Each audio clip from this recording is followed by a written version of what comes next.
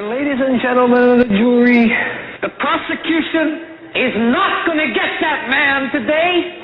No, because I'm going to get him.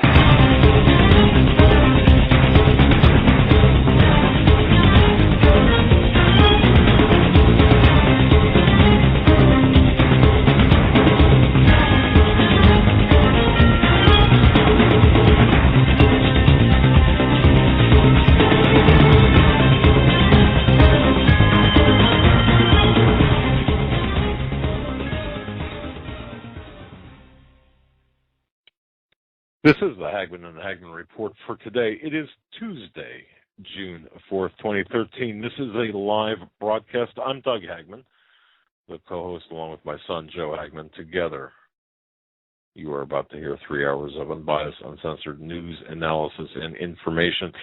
It is just us two, my son and I tonight. No guests. This is all news, analysis, information that you need to know in these perilous times. Together we are the Hagmann and Hagmann Report, and you're listening to the only show where the news is presented to you in 3 dimensions. We look beyond the headlines and bylines and bring you the news behind the news. So for the new people just tuning in, folks, we broadcast live each and every weeknight from 8 to 11 p.m. Eastern Time. That's 8 to 11 Eastern, Monday through Friday. Our home base on the Internet is HomelandSecurityUS.com.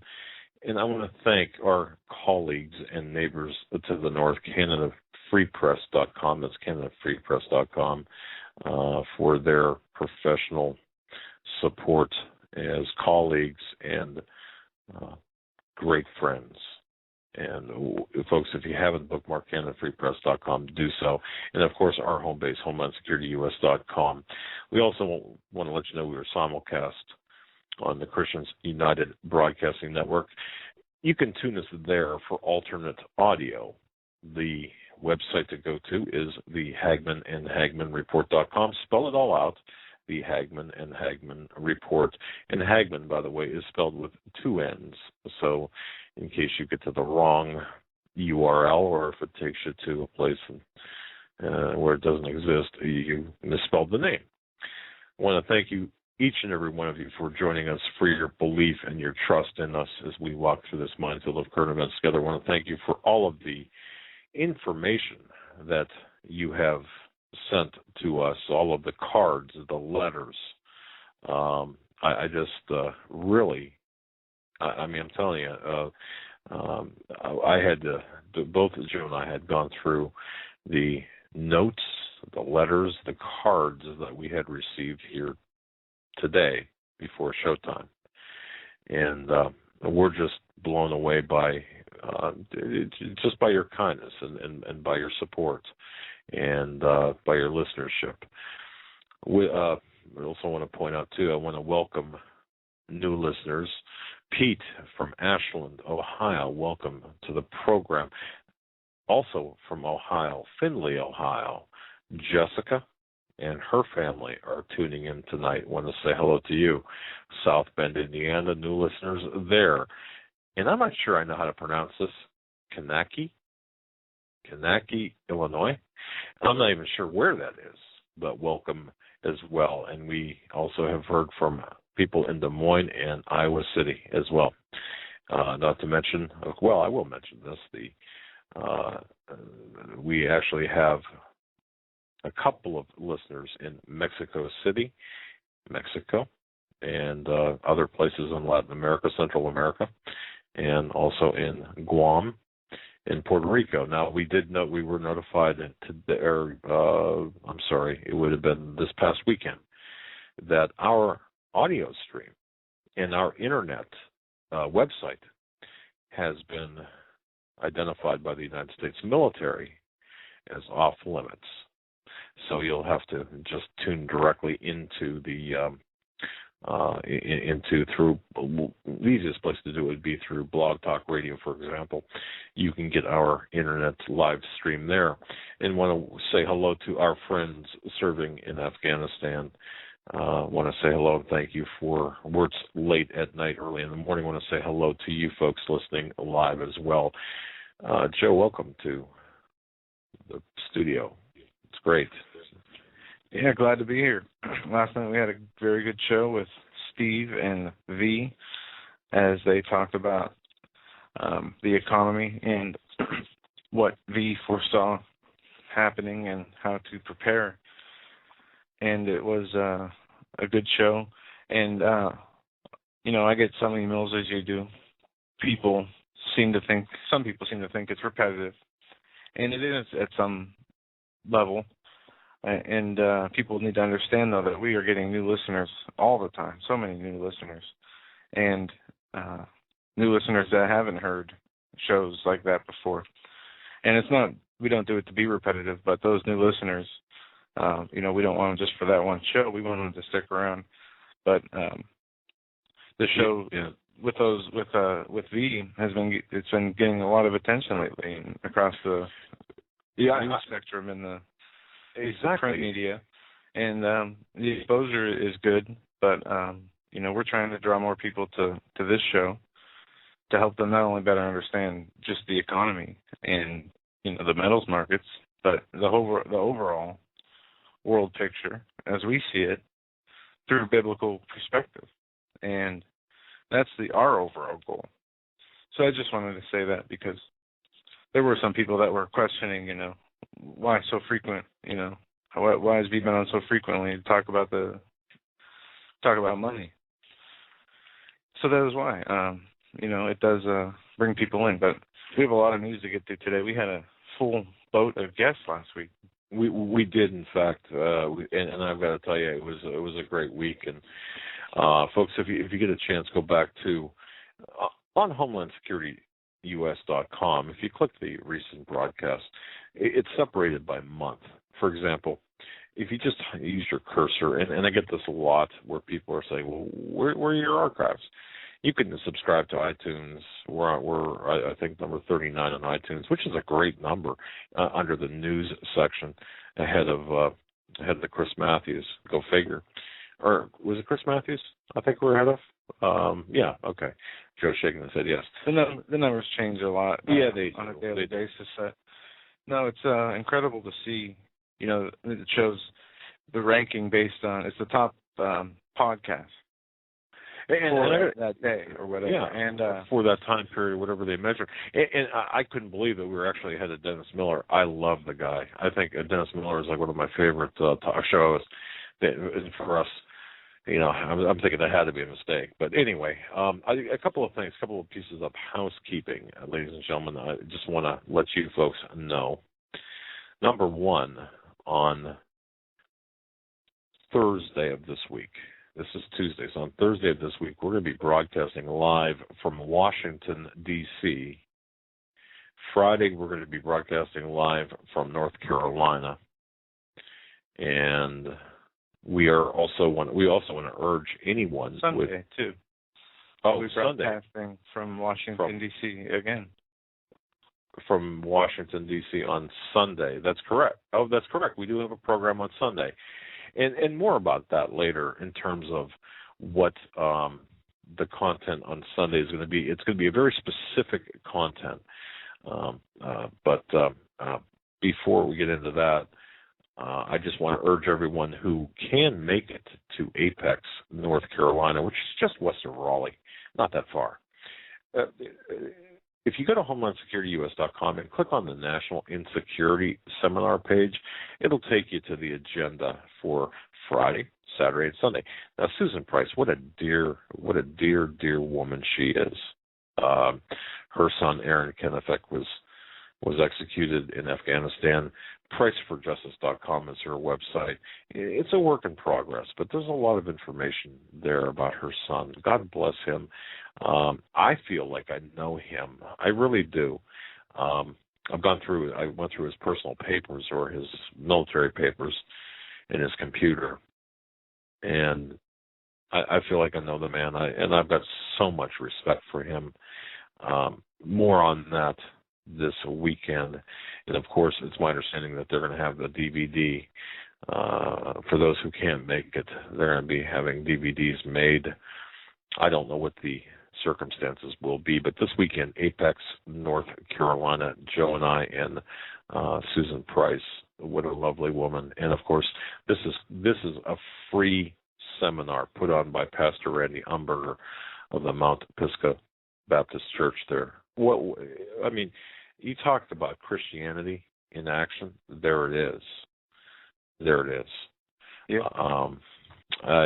So it's going to be a full week. Yeah, we're going to end the seminar with a service from him at 10:30 on Sunday, and it's going to be a great overall weekend. But Exactly. we're going to hit the news. A lot of news. Yeah, and I'm going to start off with this. We got a lot of news going on from the Middle East. A lot of things are changing. We have Turkey beginning to have their own little uprising. It's not really the same as the other uprisings. And we have weapons being deployed to Jordan, the Jordan-Syrian border. We have news on Syrian rebels massacring a Christian village. But first, we're going to talk about this. Supreme Court allows police to take DNA without warrant. The U.S. police are now legally allowed to take DNA samples from those who are arrested, even if they're not convicted of a crime or even have gone to trial. The Supreme Court ruled 5-4 to uphold the controversial practice on Monday. I have a quick audio clip here on this. It's 1:54. Well, first they wanted your fingerprints. Now the Supreme Court has ruled that police officers are allowed to collect your DNA without a warrant. It's a simple swab of the cheek, but the DNA evidence collected from that process can open up a myriad of information about your body as well as your past. Supreme Court justices ruled 5-4 in favor of the state in Maryland v. King. Alonzo J. King Jr. was convicted of rape back in 2003 when his arresting officers ran his DNA through a database that linked him to an unsolved sexual assault case 6 years earlier. The state court ruled that police had violated King's rights by collecting the evidence, but the majority of the Supreme Court justices disagree. Their decision was the first time that the Supreme Court has ever ruled on the privacy of genetic information. The Supreme Court did rule that the purpose of collecting the DNA was to help identify the person they apprehended, but the 4 dissenting justices stated that this might give the police too much power. 28 states as well as the federal government currently collect DNA swabs when they make arrests. Many then send that genetic information off to a federal database known as a combined DNA index system that's maintained by the FBI. In reality, DNA is everywhere. You don't need a cheek swab to get at it. It's just as easily found in a chewed piece of gum or in a strand of hair. And some fear that someday it could be taken without a person even knowing about it. Here's one example. Researchers around the country are currently working on a tiny robotic bug-like drone that's to be used for everything from searching for survivors after a disaster to pollinating plants. And if these little machines are ever as functional as mosquitoes, they might be able to collect your DNA. Then again, the research is still years off, and Marylanders have another swarm of bugs to worry about before then, that being the cicadas. Well, I want to know what everybody thinks about this. The court compared the practice to fingerprinting in photography, or your mugshot basically, and ruled it as a legitimate police booking procedure that is reasonable under the Fourth Amendment. It also described the DNA sampling as a 21st century version of fingerprinting, saying DNA identifications of arrests is a reasonable search that can be considered part of a routine booking procedure. That from Justice Anthony Kennedy. But just to be clear now, U.S. police, in other words, all police agencies, they're allowed to take DNA samples from those who are arrested.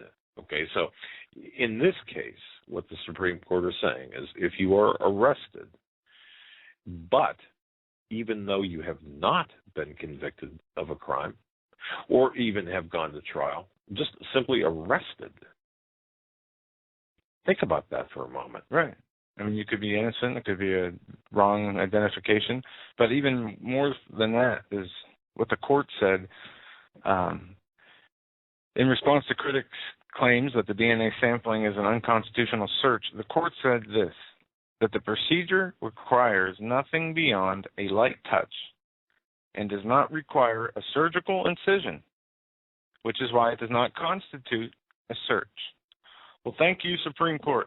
I didn't know you needed to cut me open in order for it to be deemed a search, a reasonable search of my genes, apparently, is what they're calling it. Well, your genes. No, not denim jeans. I got to tell you, folks, I did when I did work with did some police work or work with the police agencies. I did watch a suspect. Now this is an individual who willingly came in for an interview, and the police officers who were talking to him asked this individual, "Do you mind if we take a hair sample?"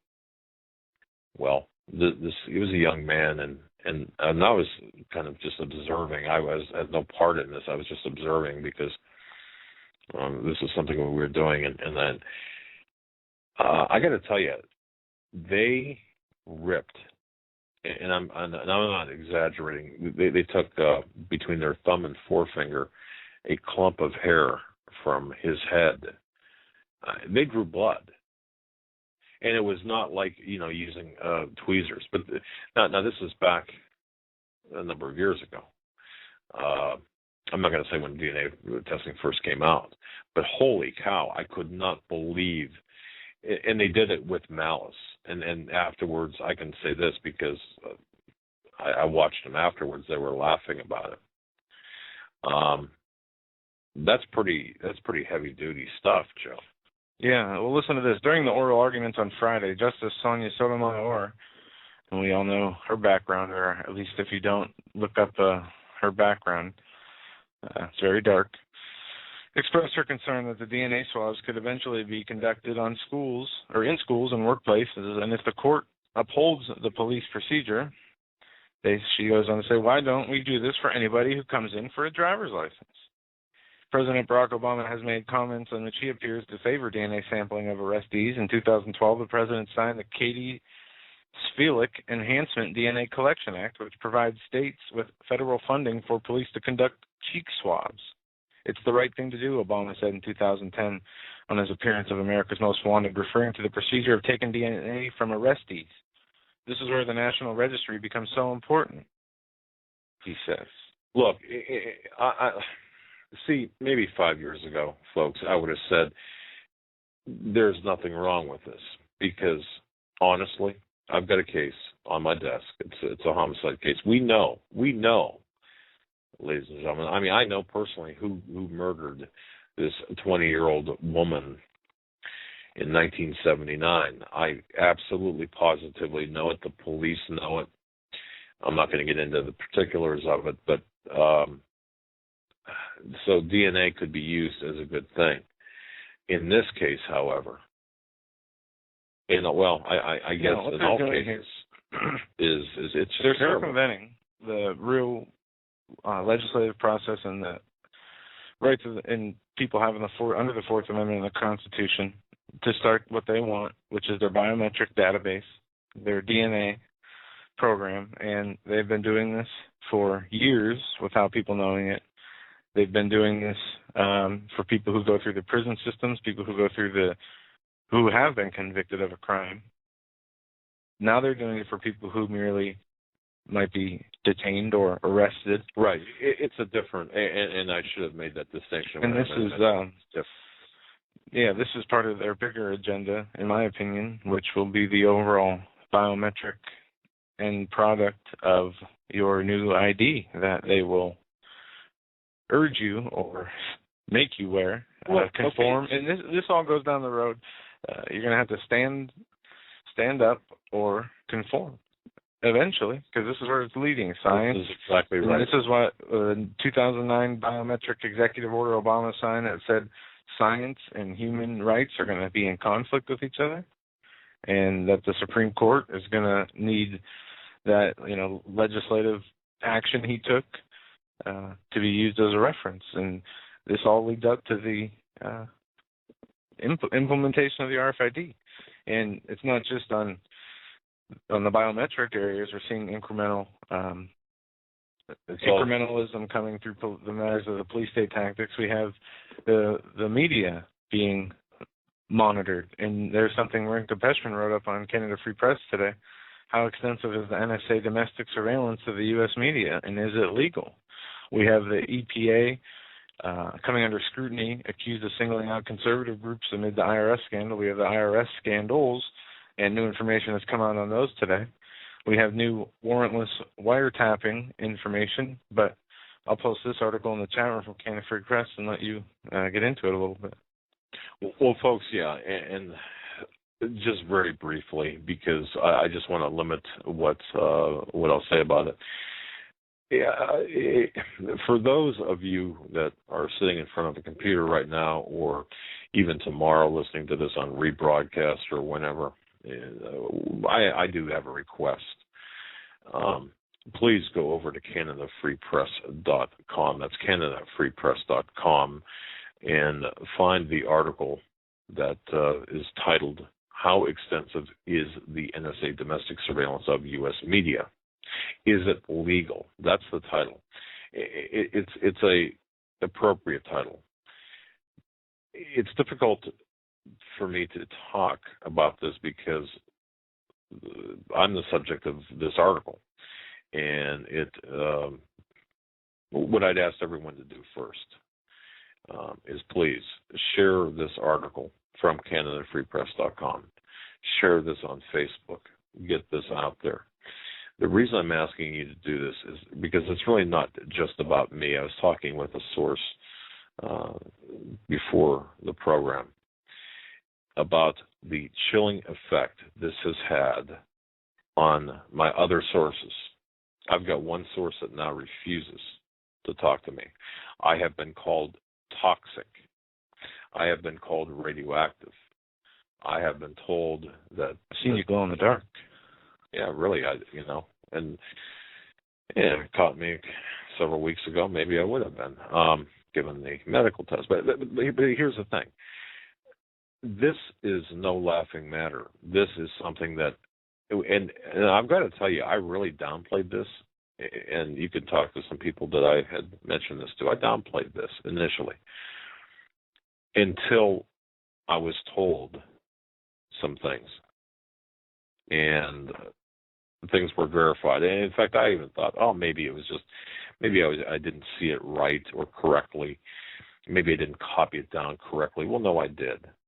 But the question, in fact, just very briefly here, what prompted this surveillance, this electronic surveillance on me? Was it the DHS informant, for example? We know the DHS is actively looking for leaks. Was it my coverage on Benghazi in Syria and how that'll lead to World War III? Or was it the kill the dollar? Folks, killing the dollar and what V and Steve said last night, they go together. Was it killing the dollar? Or was it something else? And it's my understanding after asking a lot of questions, it's my understanding that there has to be a person, a human being behind. See, the NSA did not start this. The NSA is merely the collection agency, if you will. So there had to be someone else that started this. Did it start at the FBI level, at the Department of Justice, the Holder level, the Secret Service level? Who was it? What agency was it? Was it the Treasury Department? Because certainly kill the dollar. They could be looking for information about that. The FBI? Was it Department of Justice, the Holder? And also the fact that I was in contact with certain reporters. And that's as far as I'll say on that. But who was it? And more importantly, Marinka Peshman asks, was it legal? Is it legal? And the short answer to that is no. It's not legal. But what I'd like everyone to do, if you don't mind just helping me out on this, I really would appreciate this. This has had a very chilling and a very stressful effect on what I'm doing here, what we're doing here together. So, sunshine, is the best disinfectant. So if we can get this spread around, it's not about me. What it is about you. It's about other. And I'll say it right now. There are some people on the internet that are much more, should I say, intelligent, or really, harder hitting than I am in terms of some of the things that they're following. We have to protect them, don't we? Is it not our duty to protect them?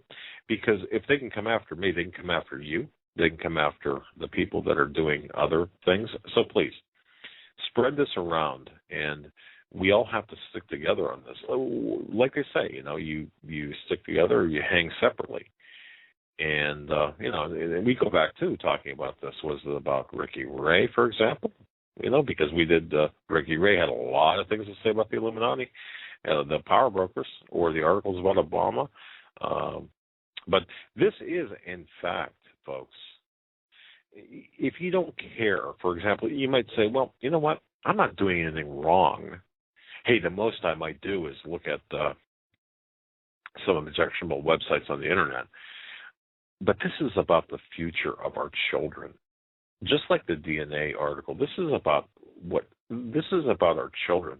What are we leaving our children in terms of a constitutional republic? Is this the legacy that we would like to leave our children? Is this a condition of the country? Even if you don't care about yourself, you have to ask yourself about that.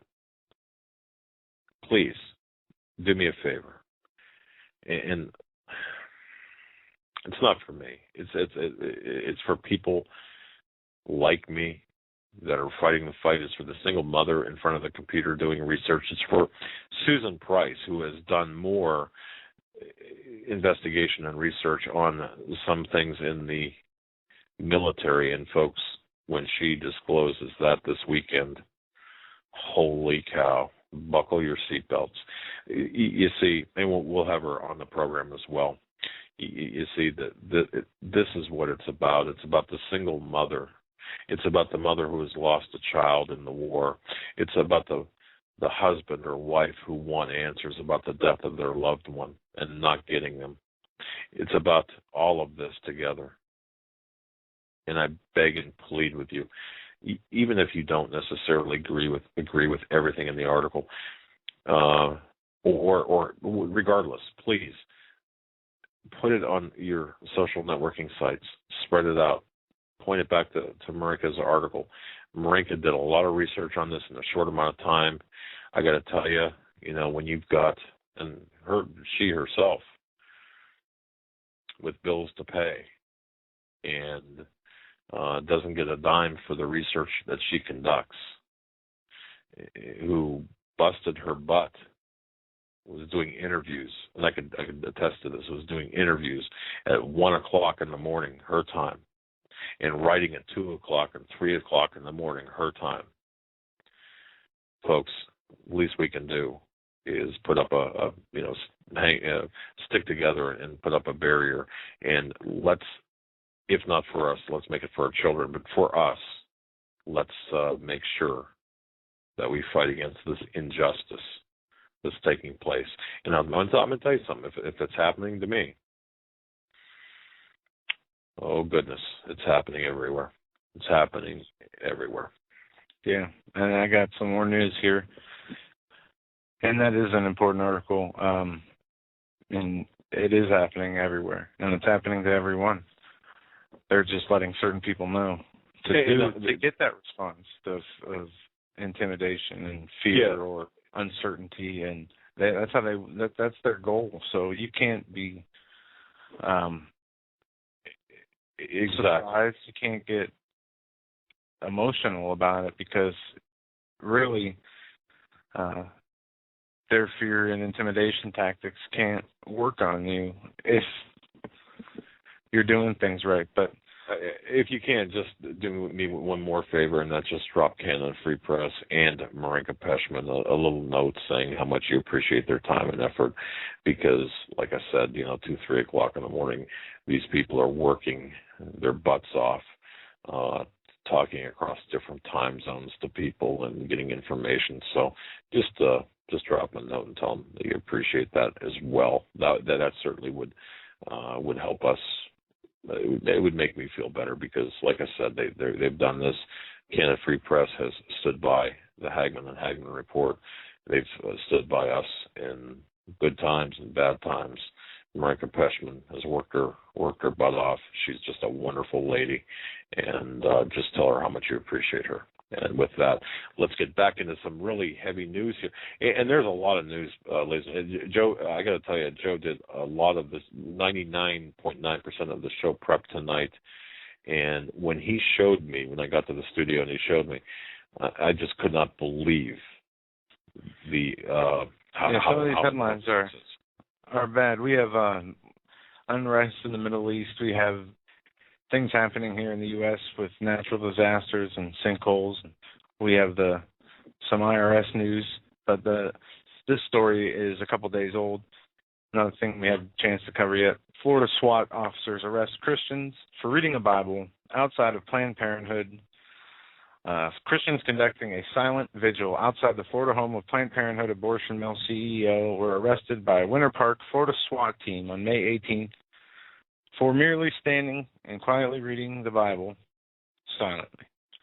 Anti-abortion activist Pam McEwen and Jay Rogers, Cheryl Bishokoff were arrested by police outside the residence of Jenna Tosh, the CEO of Planned Parenthood of Greater Orlando. According to McEwen, Cheryl was holding a small sign with a picture of a beautiful baby and the word "Celebrate Life." I was reading silently from my Bible and praying. Jay was filming. Without warning, all three of us were arrested. The charge was picketing where prohibited. Yes, in the United States of America, this happened to the gentle Christians on the public sidewalk. McEwen posted the experience on a website here, the www.theforerunner.com. And in a separate post, Michelle Herzog noted that the unit came to arrest the trio members. The police SWAT team had arrived and were with full complement battle gear and high-powered weapons, including machine guns. Though the officers were not in riot gear, the gear was in their vehicles and on the scene. So this is intimidation of Christians. This is persecution of Christians by police officers in full SWAT regalia and with automatic, the very weapons that we as American citizens are not allowed to have. But you know what, Joe? Isn't this? I mean, when I read this and looked into this, it gets worse. Go on. There's a zero or a no free speech zone ordinance in Winter Park. And recently it was revealed that Planned Parenthood was actively working with the Department of Homeland Security and the Immigration Service to use federal dollars to give free abortions to illegal immigrants. But this trio, despite the claim that the First Amendment squashing police, they claim they weren't picketing at all. They were silently standing without targeting anyone or making any ruckus. It is definitely a war against Christianity. It's a war against everything that is good. And, you know, I have to wonder, Joe, whether the picture, the very picture of a baby, could that have been the catalyst, or could that have been the one thing, or the Bible? See, it's one thing to talk about, to talk clinically about abortion, isn't it? You can talk clinically about the day after pill or abortions. But when you start showing the reality of it and then throw in the fact that they're Christians, that just heightens the pot, doesn't it? Well, it always seems to be, California, I don't know if was this in California? Florida. California, we interviewed a pastor who was handing out literature of the gospel on the sidewalk, and he was arrested. California was where they were holding Bible studies outside I don't know if it was a pastor or just a regular community leader or a churchgoer who was holding Bible studies in their not their house, but they had a garage/meeting area, and they were shut down for zoning violations and eventually arrested. We have seen Christians be marginalized, demonized, and labeled terrorists openly by the government, from the Army to from West Point and the Army to the Department of Homeland Security to the Obama administration himself. All these agencies are coming against any kind of real solution to this problem being a one world globalist satanic dictatorship they're trying to impose. And Christianity and Judaism are the two religions that stand in their way with true peace, holding values of true peace, true community, morals and values that aren't made and changed based on how society acts. They stay the same as they're written in the Bible since the Bible's been around, and before that, the Ten Commandments. But they don't want that. Right. But this war against Christianity, this war against people who believe in Jesus Christ, on the surface, it seems like the war is kind of a harsh word, but what else would you call it? War is the attempt to destroy and subdue that one considers to be its enemy. This war is not being waged against Islam. It's not being waged against Mormonism or Judaism. It is against Judaism, but not Islam. It's being waged against Christianity and Judaism. It seems like the various groups that are waging this war are more than willing to embrace any other religion, just so long as it's not or doesn't have the name Christianity or any form of the name Christianity in it. Anything that bears the name of Christ or relates to Jesus Christ in any way, I wouldn't say legal that. Game. A legal game, yes, but what they do is they use the term Messiah in their New Age literature.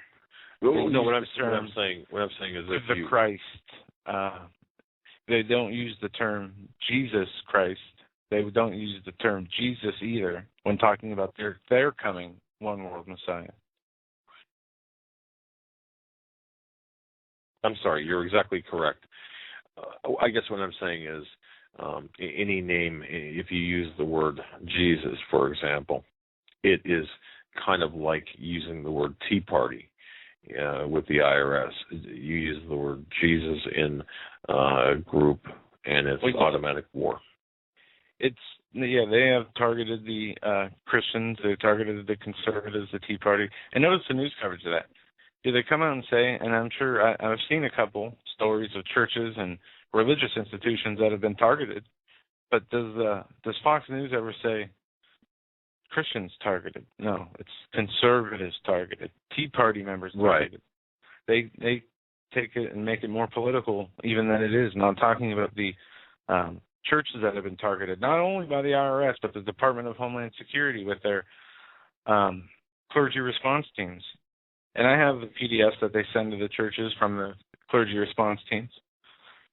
And I've had pastors tell us about these Department of Homeland Security questionnaires that they get about their congregation, about what they teach, about what they believe in, about what denomination they are, how many members are in their church. And these aren't just because the government wants to know. It's not just because they have a extra file space and they need papers to fill it. That's true. Well, you also have to factor in, too. Look at the various gay and lesbian or homosexual groups that are not free to spread their poison across America if the laws or the morality behind our Judeo-Christian foundings are present. And the very real and present danger lies in the greater agendas. These groups that are attacking Christianity have a deeper and much, much more sinister reason for their attacks. And once again, one reason for the attacks is that Christianity is in direct opposition to the open sinfulness, the open immorality that some people want America to embrace. And as long as we stand together against such immorality and sinfulness, groups like NAMBLA, the North American Man-Boy Love Association, they're always going to, they're going to be pervasive in this country. Look what has been done to the Boy Scouts of America, and I'm just astounded. Are people naive to believe that with this raping of and I mean that almost literally, I suppose, what they've done to the Boy Scouts of America, are we not ripe for judgment when you really think about this? To chip away at our Christian liberty using this progressive, sympathetic court system of ours to advance the attacks under this progressive anti-Christian administration. This is what's taking place in America today. And these people have a hatred for Christianity that I personally believe, and I know, Joe, that we've talked about this, we believe that it's fueled by Satan himself. Every time it has to be. It's got to be. You're right. And every time. Oh, go ahead. Well, no, it just seems like every time that a court hearing is held on this, some progressive judge is sympathetic to the cause of the anti-Christians, and more of these judges are getting on the benches, and they are legislating from the bench as opposed to enforcing the laws. So I just want to mention that, and this is an issue that's not talked about very much when a president, for example, nominates a federal court judge or appoints a federal court judge. Look at the collateral damage that takes effect, or the damage that we don't readily see that takes effect in cases like this. So I just want to make everyone aware that this war is much bigger, much wider, much deeper than the press will ever report. Yeah, it is. And now the feds are suggesting that anti-Muslim speech can be punished. This was an article from last week. I don't know if you saw this or heard of this.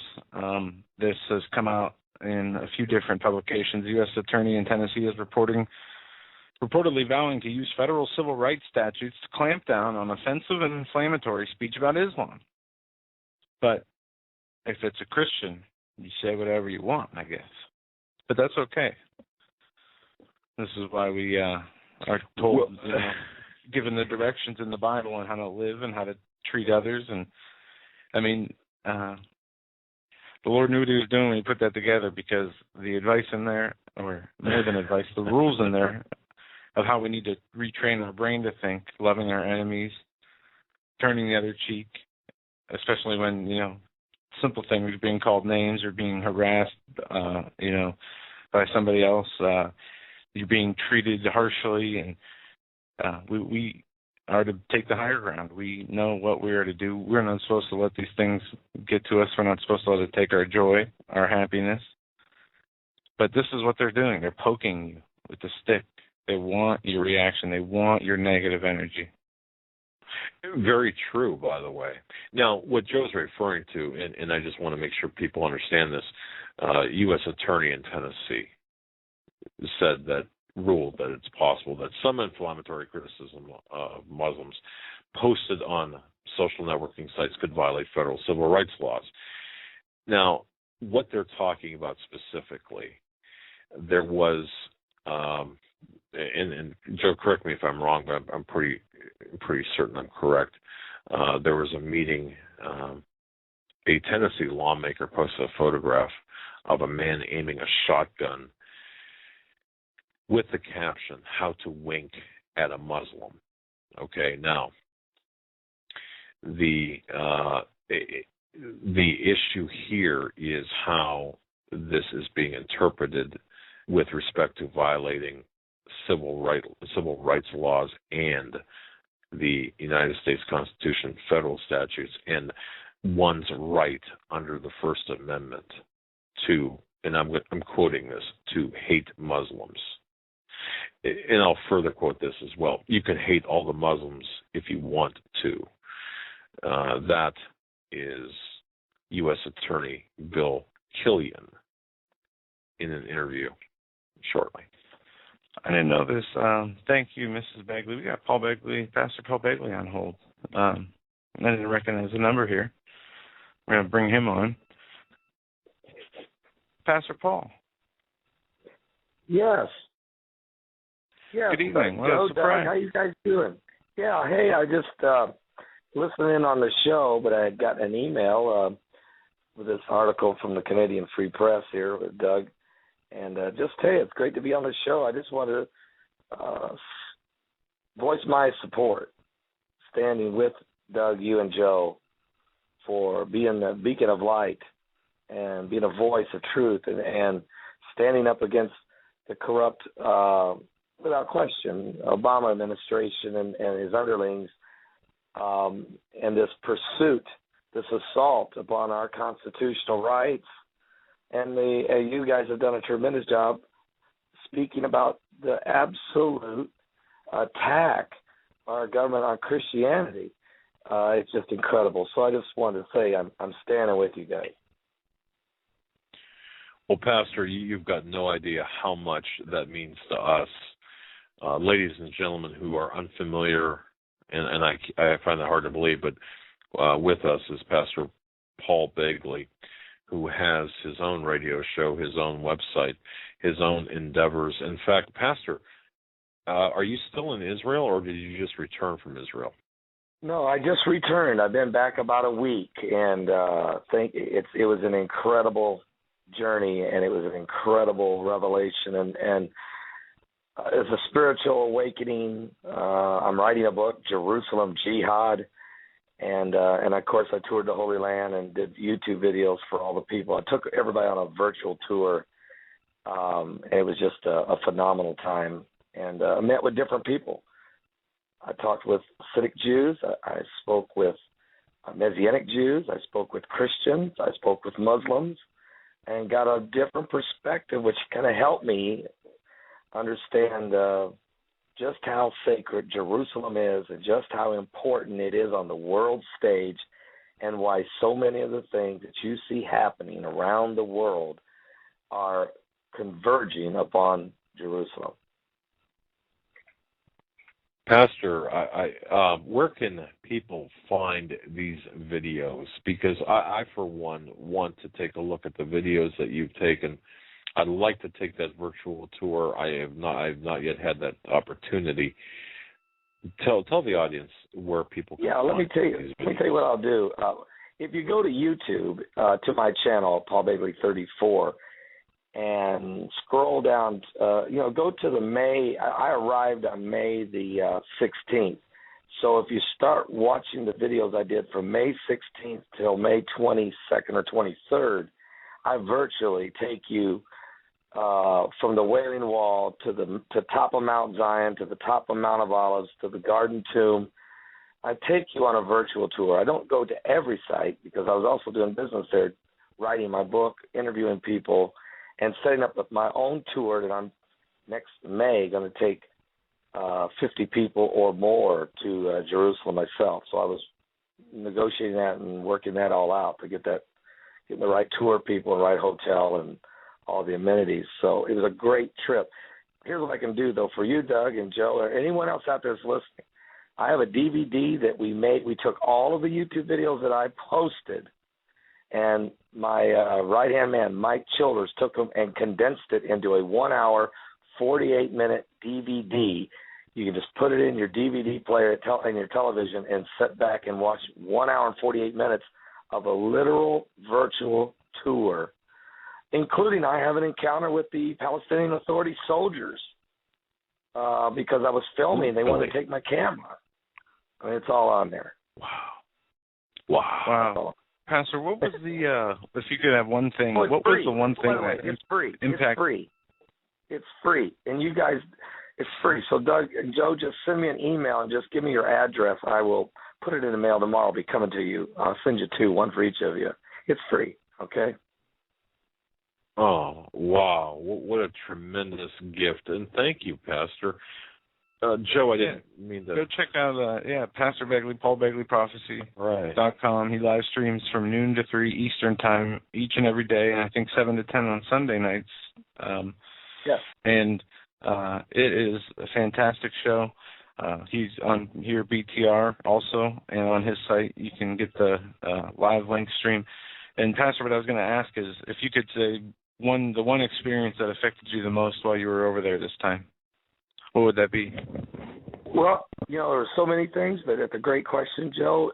There's without question, I had a dream on Saturday night, May the 18th, of an attack on Jerusalem. It was very vivid. It was from the Lord. There was literally, the Lord showed me 6 different explosions in Haifa, 6 in Tel Aviv, and 6 in Jerusalem. Specifically, even showed me 2 locations in Jerusalem that were hit: the King David Hotel and the Jerusalem Music Center. Both of those hit. I've seen Soviet planes flying over top Jerusalem. I recognized the MiGs as they went over. There was total chaos. But in the dream, the Lord, I was weeping in the dream. It was one of these kind of dreams where you couldn't wake yourself up. You couldn't get out of it. And I knew when I awoke it was of the Lord. And the Lord spoke to me after I woke up and said, "But Israel will not fall. But these events are coming." And so I couldn't go back to sleep. It was 3:15 in the morning. I got myself ready, and early in the morning I went to the Wailing Wall, which I hadn't been there yet. I went to the Wailing Wall.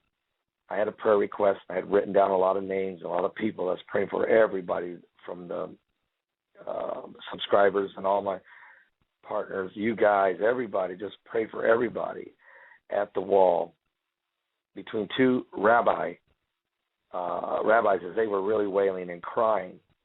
And when I finished, I walked away from the wall and I started to do a YouTube video, and the Lord just impressed me, "Go ahead and tell your dream."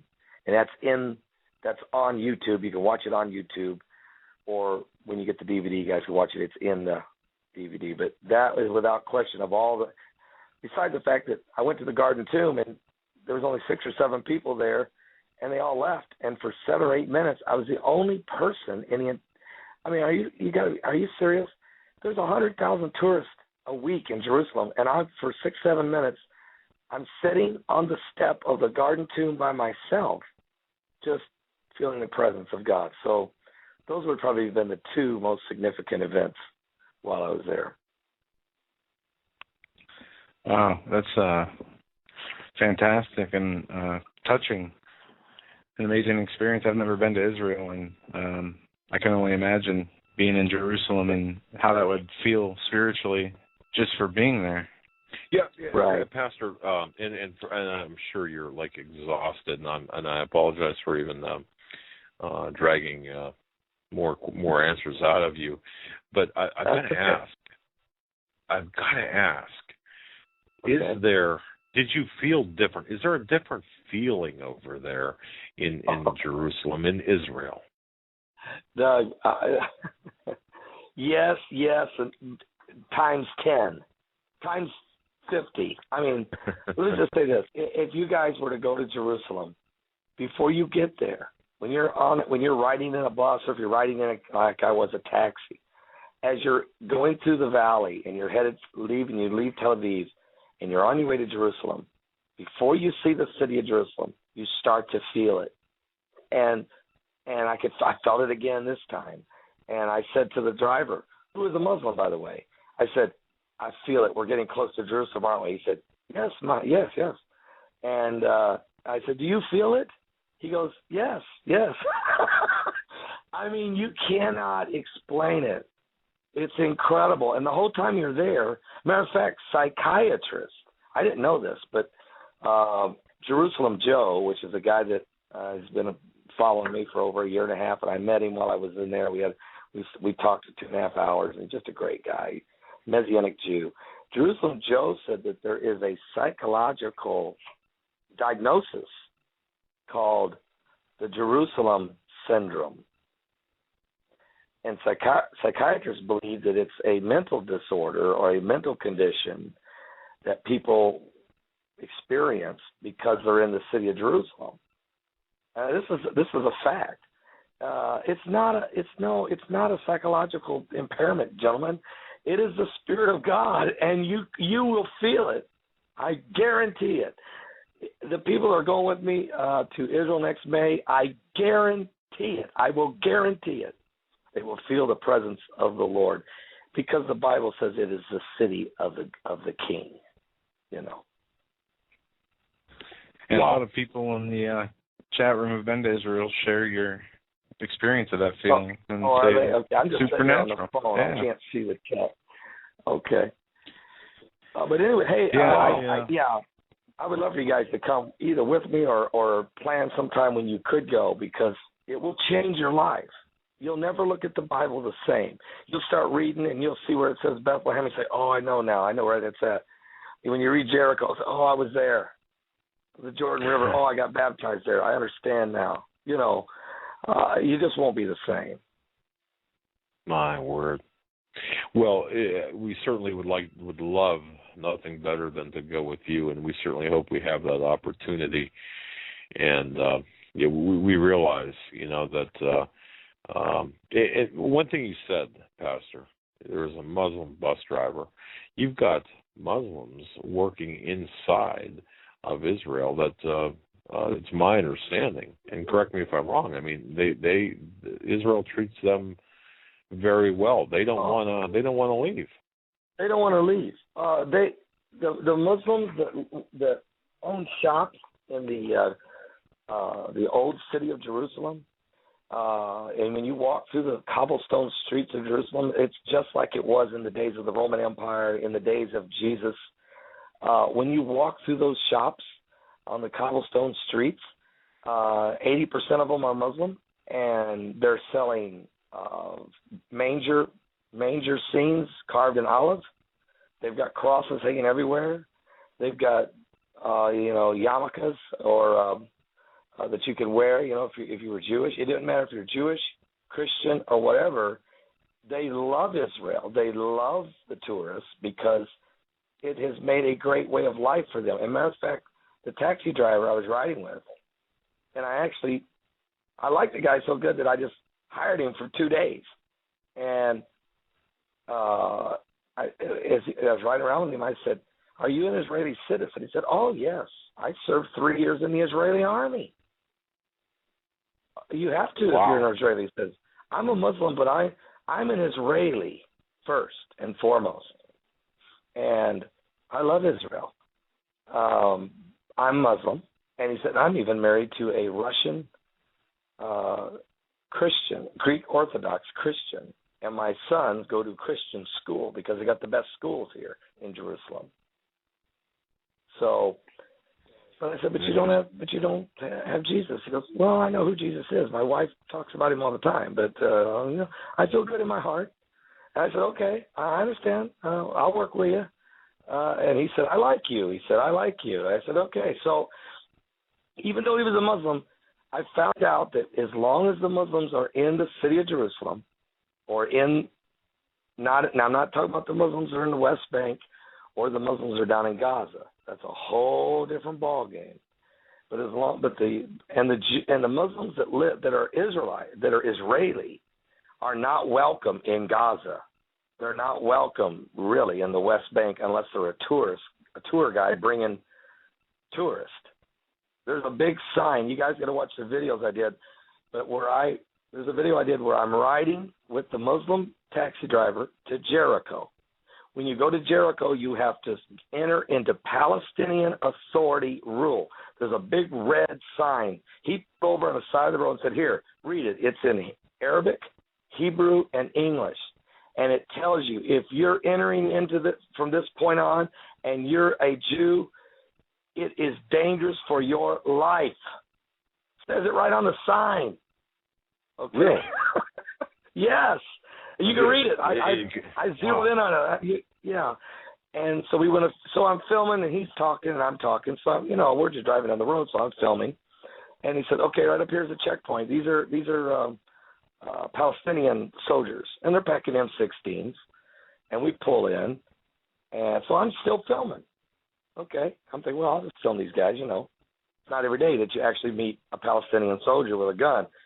And I'm filming, and the guy was very friendly. Came to the window, he was very friendly. But there was 4 or 5 others on the passenger side where I was sitting under a tree that started yelling to take my camera. Take his camera. They were very upset because I was filming, and they wanted to take the camera. And he told them to shut their mouth. Okay, and because my taxi driver told him that I was with the media, that I'm a writer and I was with the media, and so they let me go and didn't take my camera. Which after dinner I said, well, technically I am a writer, and I don't know if I'm at the media or not. I guess my radio show would count. I'm not mainstream media, but I'm alternative media. He goes, oh, well, I couldn't go into all that. He said he wouldn't understand. They understand newspaper media. They don't want you to be upset. So it's a different world. You're right, Doug. It's a total different world. Pastor, thank you for sharing. Yeah, we're up against the top of the hour break. Yeah. We can let you go. You can stay. No, I want to go. I want to ask you, will you guys come and be my guest on my show Thursday? I want to talk about the Bohemian Grove and the Bilderberg Group, what's going on right now in England.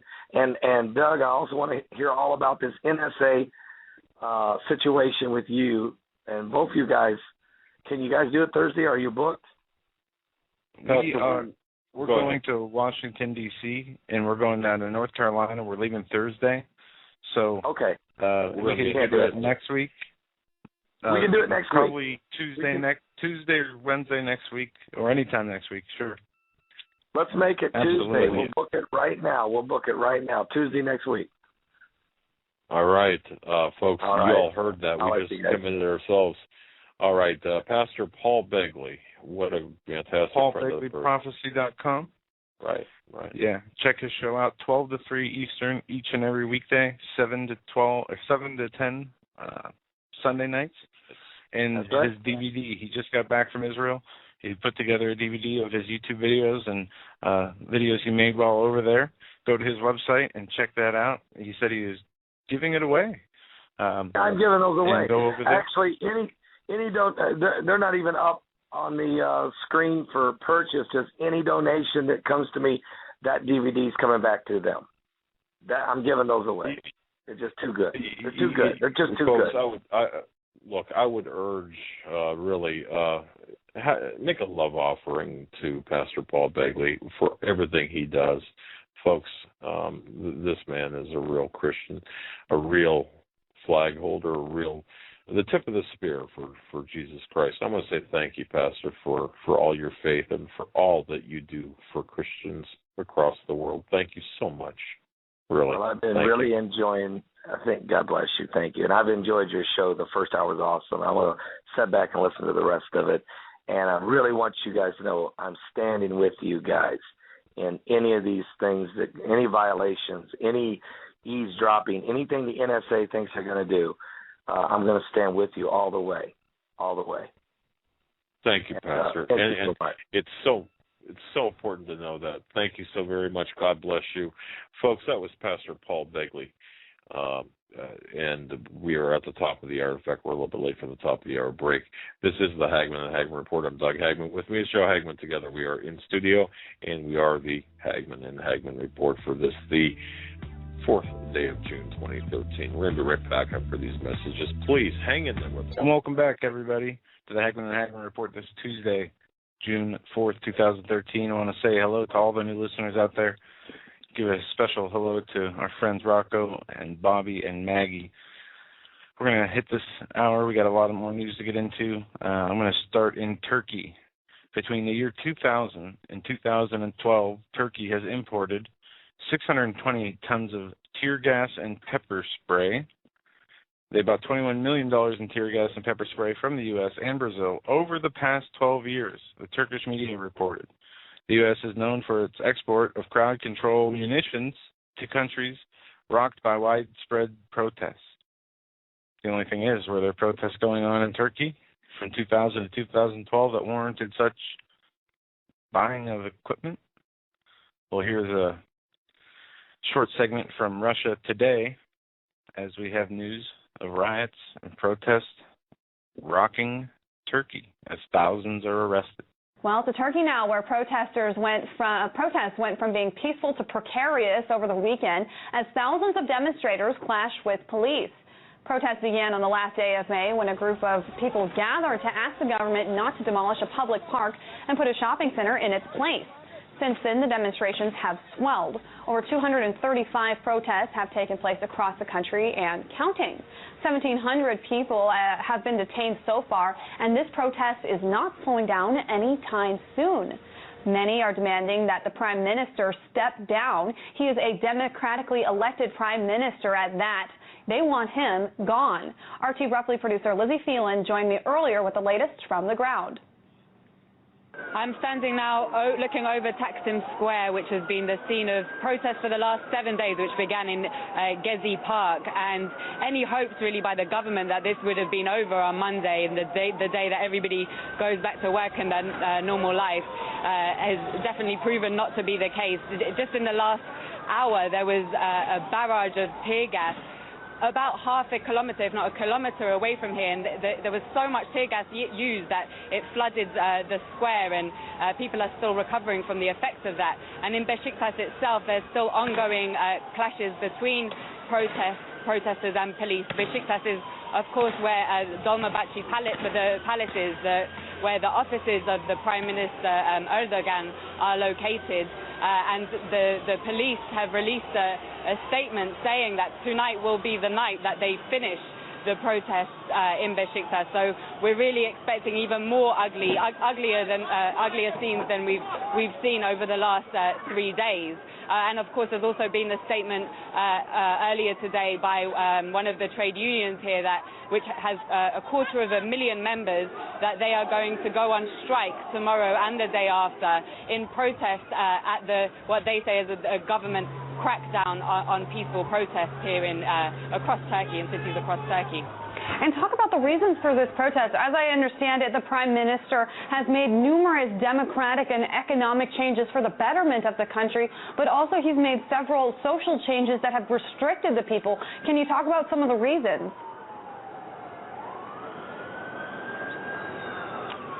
Well, although some people say that these are very spontaneous protests, really there's been months, if not years, if not since 10 years ago when Erdogan came into office, of underlying tensions in Turkey and the policies of the AKP government. Just in the last few months, there's been several big protests against the infamous Ergenekon trials, which are notorious in that the government has arrested and sent to prison hundreds of people, including high-ranking soldiers, journalists, trade unionists, and on top of that, there's a lot of opposition growing to the government's foreign policy in relation to what protesters say are its collaboration with the opposition in Syria. And even people who might previously have been in support of this current government are really getting fed up with the fact that there are fighters coming in from opposition fighters from Syria streaming over the borders. Of course, not long ago there was an attack in Reyhanli, in which what was previously seen as an AKP stronghold, and that really provoked a lot of opposition, and people here blaming the AKP government for that attack, in that they have been openly opposing the Assad government and allowing people to come across the border. They say they're refugee camps, but people here say that they are harboring terrorists here. And speaking of those terrorists and harboring them and the Syrian fighters, can you talk about how dangerous these protests have become over the last week?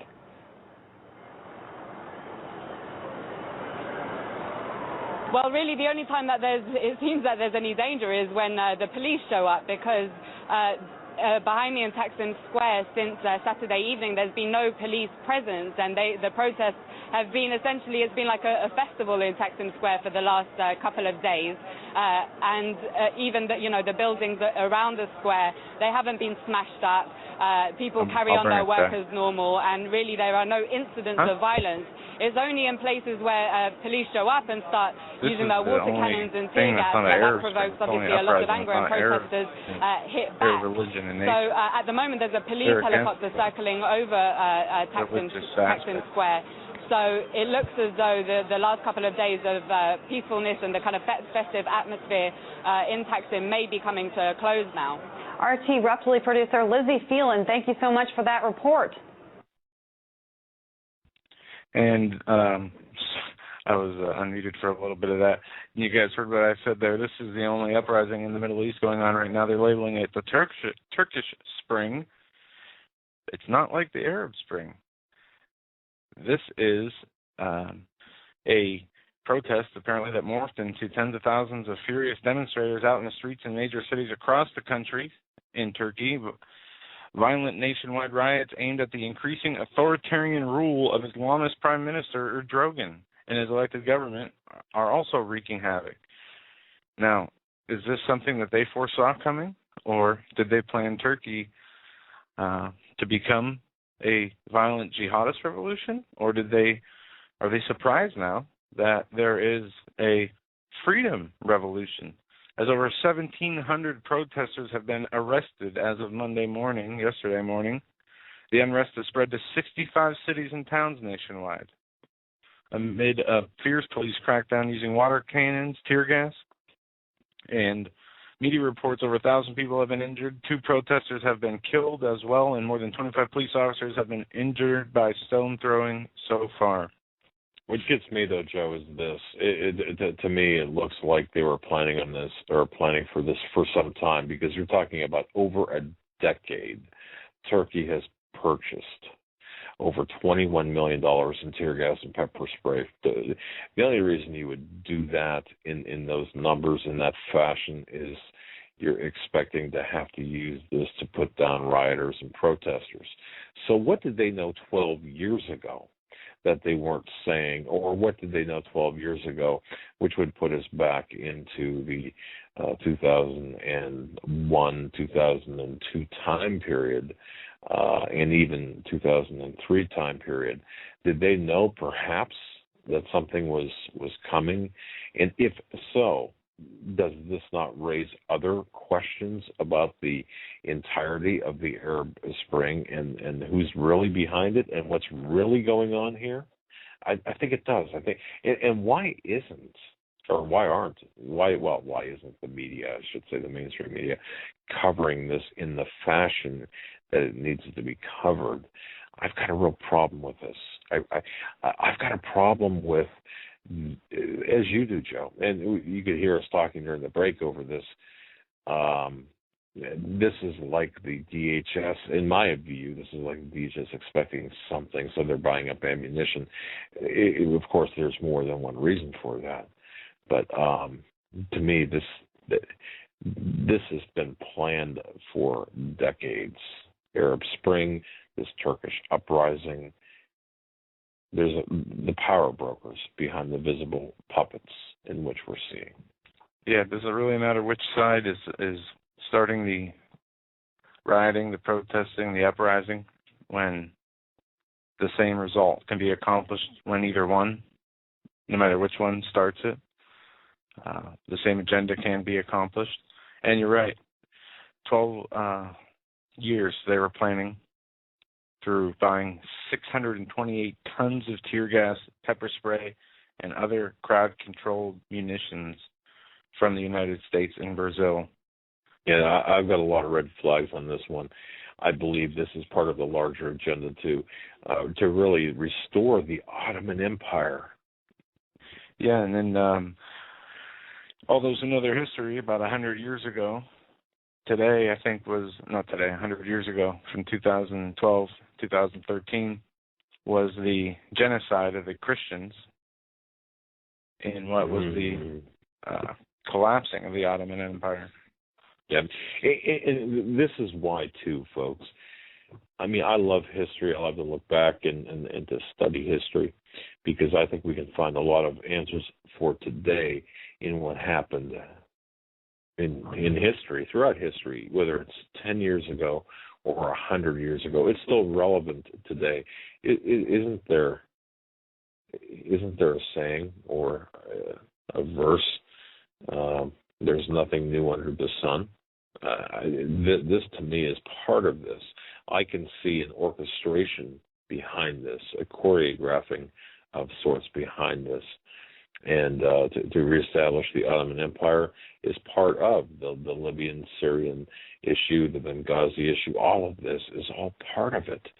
Folks, please, we've got to look at this, as Joe said earlier, through the prism of biblical prophecy. I really believe that we're seeing the Bible history in prophecy being, in particular prophecy being played out here.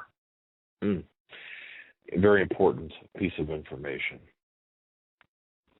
Yes, it is. And this Syrian rebels massacre children or Christian village, while President Obama's administration weighs overt military aid to Syrian rebels, the true character of the revolution is underway in the country that is becoming horrifically clear. Numerous press reports are providing details of a massacre perpetrated by the Free Syrian Army that annihilated the entire population of a Christian village. As the New York Times reported last December, anti-American sentiment has grown among the rebel organizations, even as the American government has played a key role in propping up the rebellion. A crucial step in the support was the administration's decision to give formal recognition to rebel organizers, a step just short of recognizing them as a legitimate government of Syria. But now those rebels Obama has vehemently supported are now proving that in Syria, as in Egypt several years ago, the rebels may prove worse than the tyrants they struggle to overthrow. But yet, Joe, they're hanging on to them. They're hanging on. They're saying, oh, this is a good thing. Again, this is what Benghazi was all about. You're looking at this. Do you think, ladies and gentlemen, that this war that we're seeing, this hot war against the Christians in Syria, is a collateral effect of the policy? I don't think so. I think it's part of the policy. And just because it's not here yet in America does not mean you will not see it soon. There are forces, evil, the most evil in nature, the most hideous one could think of, being used to set up policies against Christians on just about every way they can. They will put you in camps. They will behead you. They will tear you apart for not doing what they say. And Christians seem to be the number one enemy, as we said earlier in the show, as they are what stands in the way of a true New World Order, one world government, both economic and religious, because Christians understand that they don't have a master that is here on earth. They don't have a master that is a government or a tangible asset, as in money or materialism. Christians, as they are growing closer to their faith, know that nothing of this world is wanted, really. And what can a government do to a people that want nothing from them? Well, the United and they States can't take away what the only thing the people have, which is their faith. And I totally agree with you on that. But with respect to Syria, what's taking place, the United States, we have played a very, very instrumental and active role behind the scenes in shaping the very opposition we're talking about, insisting, folks, that it be broadened and made more inclusive. But until Obama's announcements, the United States had held off formally recognizing the opposition, rather, stating that it wanted to use the lure of recognition, the prospect of recognition, to encourage the rebel leaders to really kind of clean the ranks out. Obama's inclusive opposition has led to the slaughter of the entire population of El Duvoir. If you haven't heard about this, the reason you haven't heard about it is it's really not that pleasant for Obama and his minions and his people. El Duvoir, which is a new type of crime that the U.S. President, if you will, has previously purported that was sufficient reason for the people of Syria to rise up and overthrow their government, yet he's actually behind it. This massacre is hardly an isolated incident. For example, we only have to recall the terrorists that attacked the St. Elijah Orthodoxy Monastery. You remember that? The Voice of Russia reported on May 12th. And isn't it something that we have to go to the Voice of Russia, who a lot of hardcore Republicans will say, oh, this is all just, it's nonsense. Folks, media is media. Truth is truth. But on May 12th, the Voice of Russia reported that the militants, these are terrorists. They ransacked the cloister, destroyed the sanctuary. Again, this is a Christian church. They blew up the belfry and tore down the statue of the prophet Elijah, who is equally revered in Syria by Christians and Muslims, but in particular Christians. You see what's going on here? You see how none of this is being reported, or at least accurately reported in the media, what Obama is doing behind the scenes and his minions and what this regime is doing behind the scenes to Christians. And as Joe said, you don't think it's coming here? It's already here against Christians. Oh, my. And McCain, too. In every sense of the word, it's here. It's here. They have everything just the way they want it. They have people quivering in fear over whether it is, what is to come, what could happen, what they've already set up, what they're planning to do. People worried about what's going to happen to their nest eggs. People worried about what's going to happen to their property. People worried about what's going to happen with their jobs. People worrying about scandals in the IRS and in the executive office and in the Congress and through the EPA and the DHS. All this attention and worrying, but a very small attention a very small amount of attention seems to be on Jesus and on his word. And that is not just from unbelievers, it's from believers. And it's not from lack of faith sometimes, it's from just getting engulfed by what is going on around you to the point where it knocks you off of your foundation. And it happens frequently to many people, very often.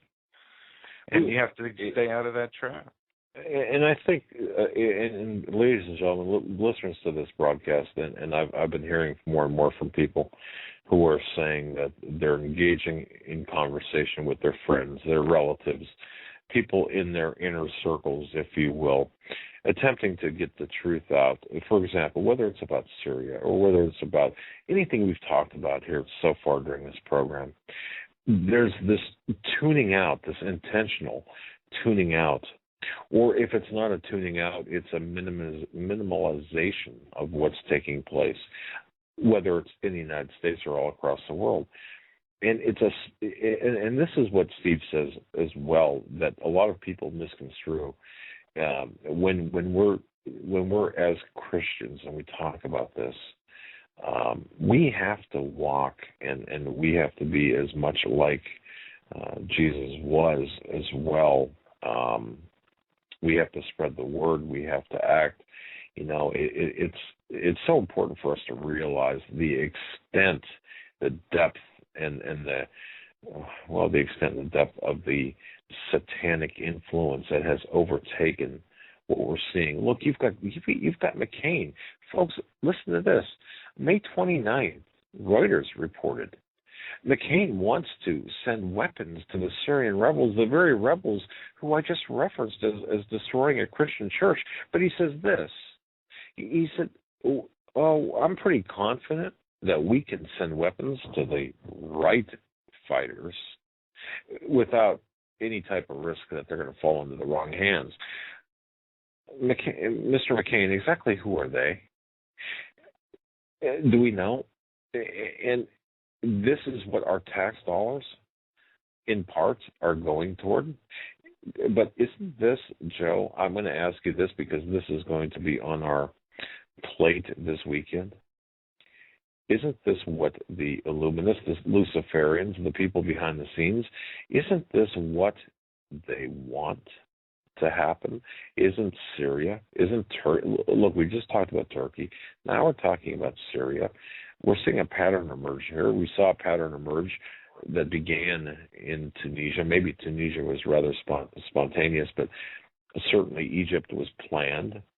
Are we not seeing a template? Are we not seeing the reestablishment of the Ottoman Empire? Are we not seeing a war against Christians and Christianity and Judeo-Christianity worldwide? Is this not part of a larger plan?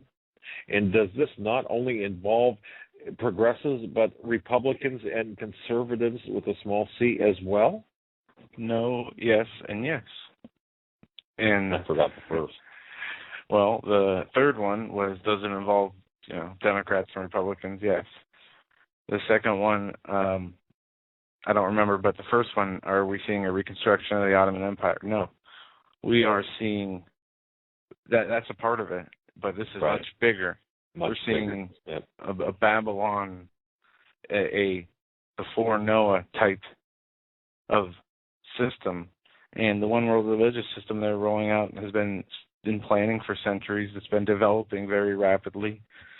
It's an all-encompassing religion, which will call for compromise on all of the true teachings and beliefs.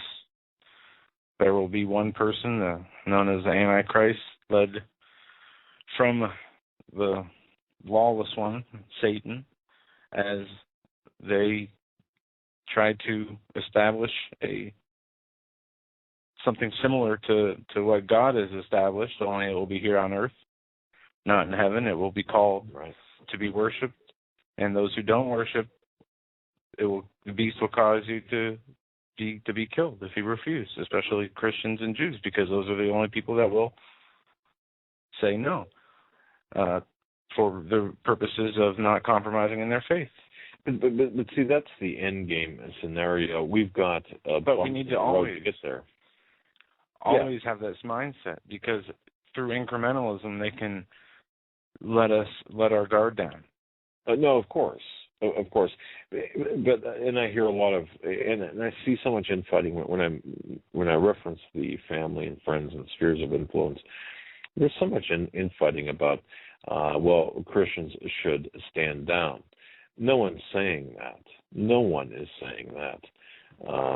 Others are saying, no, you have to stand up and fight. Once again, no one is saying that either.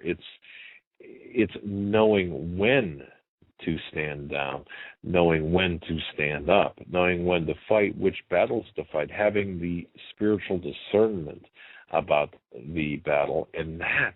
But how will you know? Well, you've got to immerse yourself in the Spirit through prayer, through the Word of God. There you go. Okay, now let's see. What people argue about is the secular nature. Well, it's certainly easy, and isn't it easy to and I find myself falling into this. If someone does me wrong, for example, or if someone insults me or says something, isn't there like this kind of a reaction to strike back right away? And isn't that what they are attempting, the Luciferians, the Illuminati people, isn't that what they're attempting to do, to cause us to react without prayerful consideration? Just jerks? Yep. They are stirring the pot. They are not only, as I said earlier, trying to get a reaction from you, but they're trying to get a reaction out of your emotions. I'm going to play some clips here. We have information that just came out about the IRS today, which is really a news scandal. The IRS has spent over $50 million in fancy hotels, basketball games for workers, Michael Jordan, drawings. But we hear this, Representative Serrano, Democrat out in New York, says after the scandals, the IRS deserves more funding. Yeah, justify this. To fight the scandals. Here it is, 51 seconds. At the IRS. This subcommittee has been given an allocation of $16.9 billion for fiscal year 2014, which is almost $3 billion below the current sequester impacted level. Undoubtedly, this is going to result in massive cuts to the IRS and many other federal agencies. While there are certainly efficiencies that can occur, the spending issue comes to mind. The IRS simply cannot sustain itself with this overall funding level. Although I am certain there are some who will view this as a good step, I disagree. There is no clearer way to promote more scandals than by cutting funding that could be used for oversight, training, and reform. At the level this subcommittee is funded right now, we are just asking for more trouble at the IRS. Oh, man. Are you serious, Joe?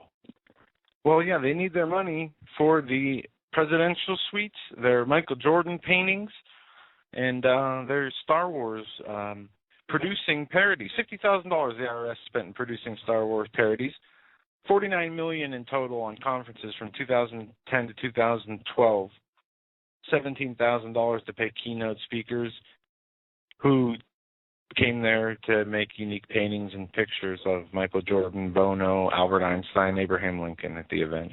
And here's how I see it. And here's how I see it playing out right now. You've got Obama who says, well, the government is so huge, the departments are so many, the people are so numerous, the agencies are so numerous, the government is so vast. How do you expect me, the king, the royal king, to know what everyone is doing? And therefore, obviously, I didn't know about these scandals, which are not really scandals at all. They're crimes. Misuse of funds are crimes. But that said,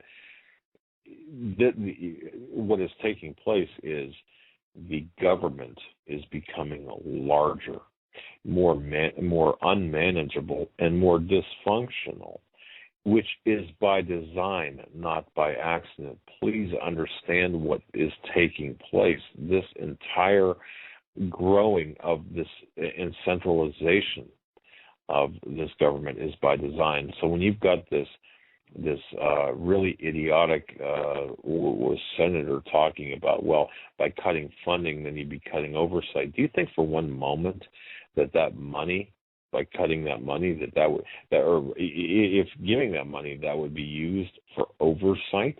I don't think so. No, I don't think so.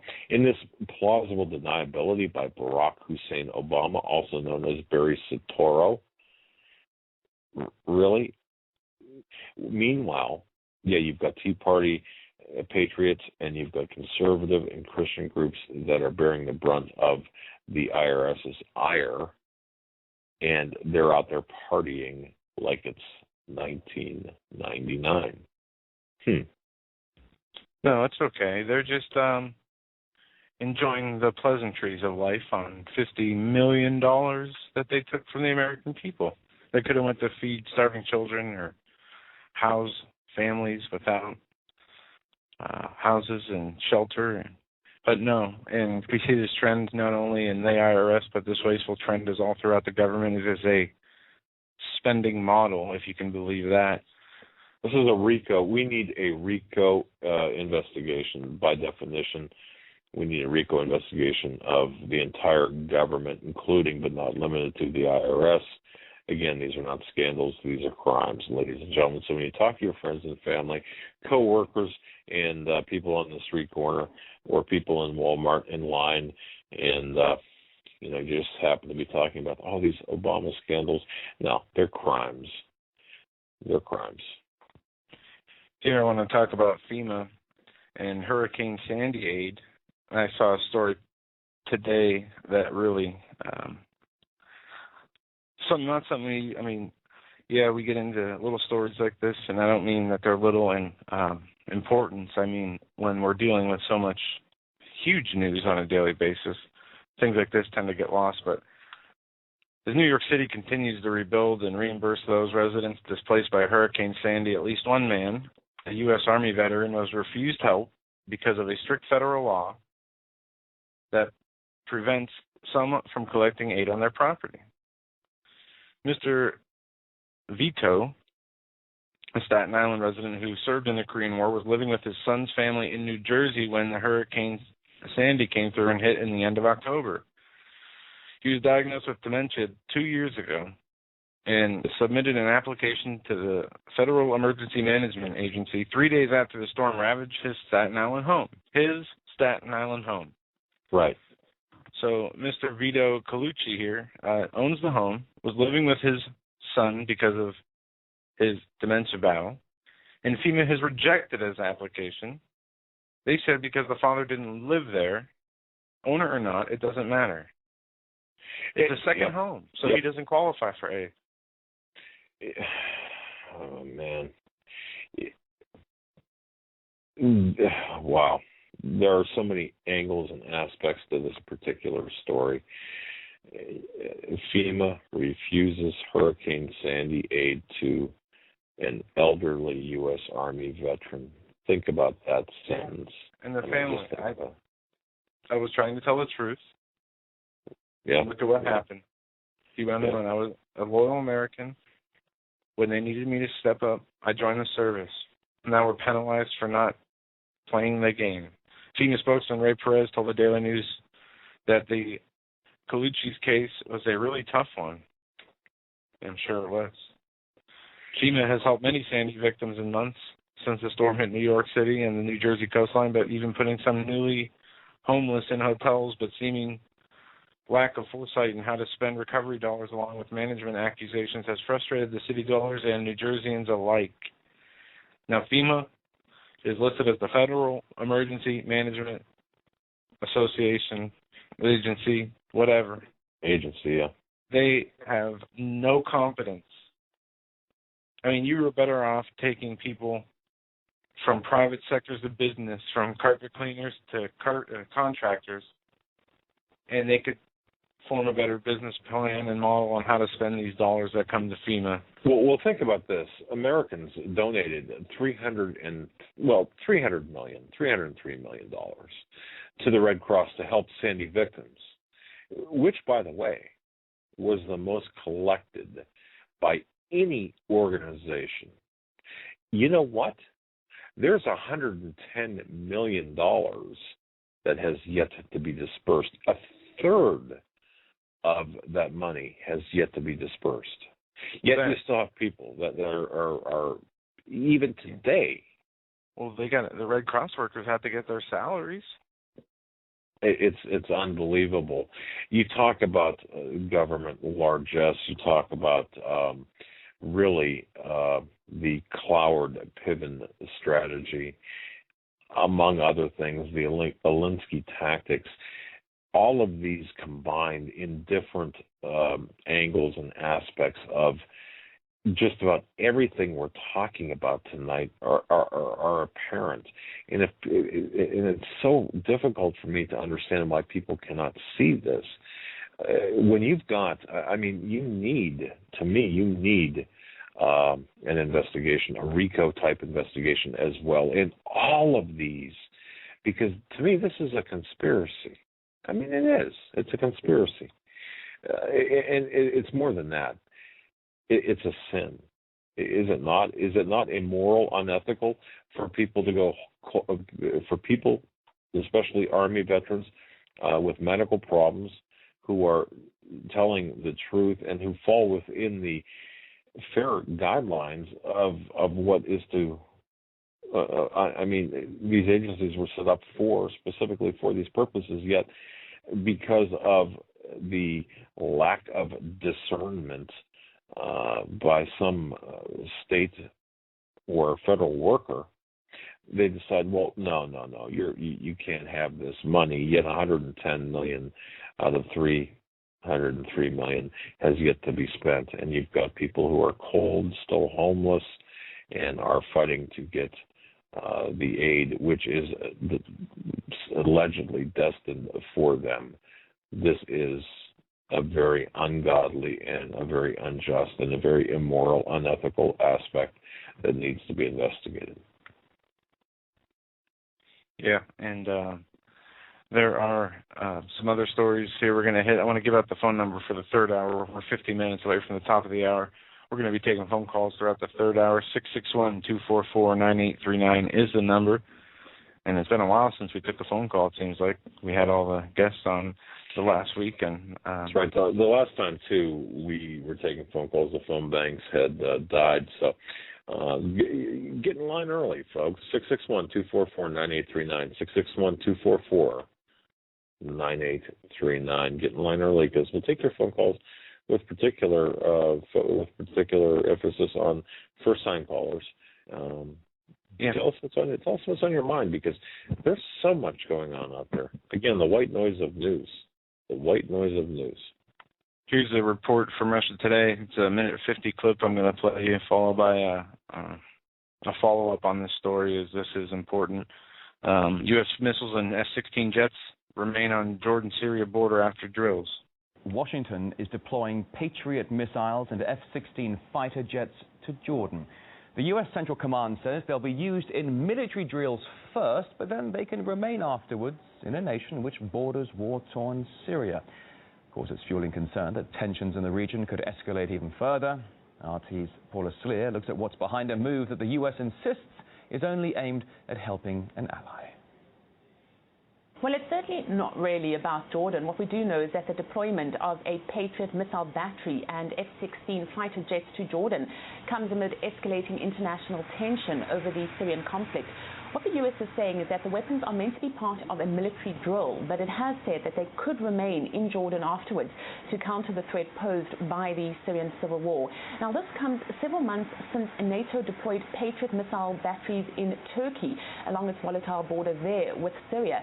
And although the batteries are designed to intercept Scud missiles, they could potentially be employed to enforce a no-fly zone. And certainly this is the indication from recent reports that say that the White House has asked the Pentagon to draw up plans for a no-fly zone inside Syria that would be enforced by the United States and other countries such as France and Britain. According to old contracts with the Syrian government, Moscow is planning to send S-300 anti-aircraft missiles to Syria to balance the situation there as a deterrent against foreign military intervention. Syria is reportedly planning to place orders for MiG fighter jets as a follow-up to this. Now, this has made the U.S. and its allies furious. The latest move by Syria is being seen as a bid to challenge the European Union powers, who recently lifted the arms embargo on the Syrian rebels. More weapons to fuel more conflicts. Look, folks, you're watching the chess pieces being moved around for World War III, and in talking with different people, July 3rd is the exact center of the year. It's the middle of the year, and everything we've been hearing is watch the time period between July 3rd and 4th, or watch a time period. Things could happen during that time period. Now, is there specificity behind that? Of course not. But there are reasons for that. When you've got these people that believe in the occult, believe that they're actually doing Satan's work, not God's work, and we do have that. They affix importance, non-arbitrary importance, to specific dates, which include the middle of the year, July 3rd, of course, the July 4th being Independence Day, and among other reasons for July 4th. So this is something that we have to really watch for, but you're looking at the chess pieces being lined up for World War III, as indicated by that clip. You don't think that they're going to be moving any of those assets? I don't think so. Yeah. In Earth geological news, we had a 5.6 earthquake in Hawaii just a few hours ago, or an hour ago, a little bit more than an hour ago. Also, there is a large sinkhole that has opened up in Orange County, Winter Park subdivision. Orange County building inspectors on Tuesday. Wait, that's Florida, right? Orange County, Florida. Yes. Winter Park subdivision unsafe a day after a massive sinkhole opened up in the backyard. The hole in the ground is located behind a home on the 2300 block of Roxbury Road and measures at least 40 feet by 50 feet wide and approximately 30 feet deep. What is going on here? This is devastation. The whole backyard is a mess. Homeowner Susie Blumnammer told Local 6 News that she was celebrating her birthday Monday night when she got home and noticed the sinkhole. Luckily, she wasn't throwing a backyard party. And in Oklahoma, it's come out now that the deadly Oklahoma Midwest tornado was the widest on record, a rare EF5. A deadly tornado that plowed through an area near Oklahoma City last week was even larger and more powerful than previously estimated. A record 2.6 miles wide, with winds that reached nearly 300 miles per hour, just shy of the strongest winds ever measured. The National Weather Service on Tuesday announced that the twister hit the El Reno was on the top of the scale of an EF5 twister, the second to strike the area in less than 2 weeks. Friday's tornado was initially rated as an EF3, but the agency upgraded that ranking after surveying damage and concluding that the storm had winds of 295 miles per hour. It's amazing. And as Stan Dale says, the Earth is expanding. And if you think of the Earth as, I don't know, let's say a basketball, and you know how if you look at a basketball, you've got the little nibs and knobs that stick up over like a skin. Well, we'll think of that basketball expanding, and when it does, what would happen to those little pieces of rubber that are raised up off of the basketball? Of course, they're going to flatten out a little bit. Well, could this very well be an answer to the sinkholes? Could the expansion of the Earth be like this? I don't want to say deep dark secret, but part of this. And it's interesting to me as well too when we have tornado, like earlier you mentioned tornado, the widest tornado on record, and these freakish things, hailstones that are falling onto the Earth during the tornadoes. It's interesting to me to take a look at these so-called conservative forums, and there's so much justification against that anything being attributed to God's judgment or the hand of protection of God being taken away from the United States. To me, you would, an ordinary intellectual, sane, rational person would look at this, understand, of course, that things over the last 100 years have changed, population centers have changed, yet still be able to see that things aren't right, whether they're sinkholes or tornadoes or earthquakes or whatever that might be. Yeah, they can you're both be right, you know. But anyway. And the Oklahoma City area also saw an EF5 tornado on May 20th, one that hit Moore, a suburb 25 miles southeast of El Reno, and it killed 24 people. Moore was hit in 1999 by an EF5, which was the strongest winds ever measured on Earth at 302 miles per hour. Very interesting. And we have hurricane season upon us. I don't know if tornado season is over yet. It seemed to have got a late start. But a 2.6 mile wide tornado. I cannot even fathom that. I mean, you're talking this thing went at least 17 miles long. So a 2.5 mile wide tornado. How do you get away from that thing, even if you are 10, 20 miles in front of it? Most people in front of it didn't. And, of course, we've seen the damage, which is just incredible. If I can, let me switch gears here for a second. Since we're going to be in Washington, D.C. Friday, Thursday, Thursday, I guess we're going to be in Friday. Capitol Police, I don't know whether you folks have heard about this. There are tea parties, various tea parties that want to rally, that want to perform rallies. Folks, have you heard about this?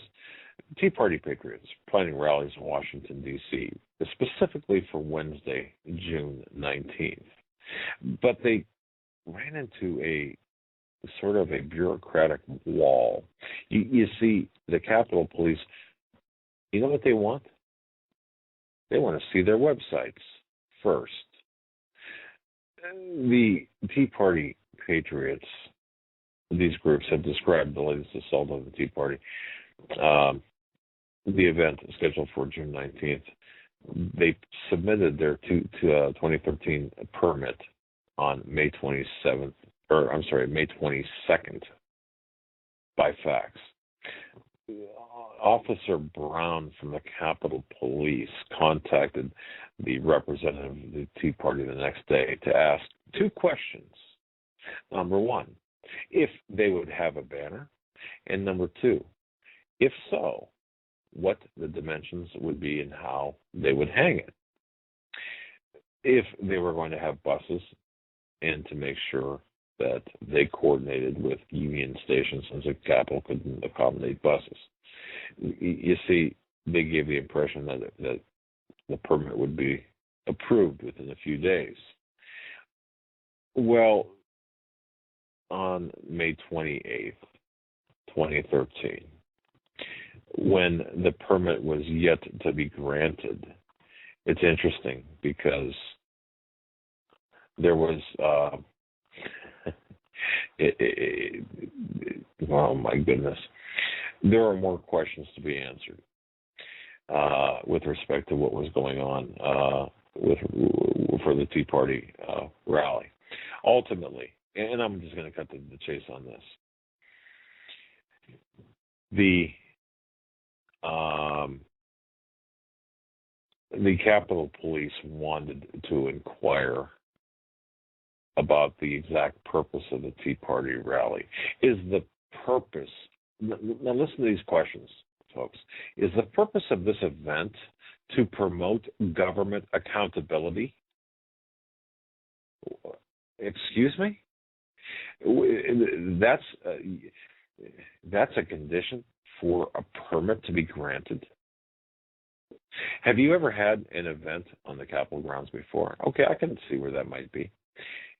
If so, when was the last one? Well, in fact, they did in March 2012, and it was uneventful.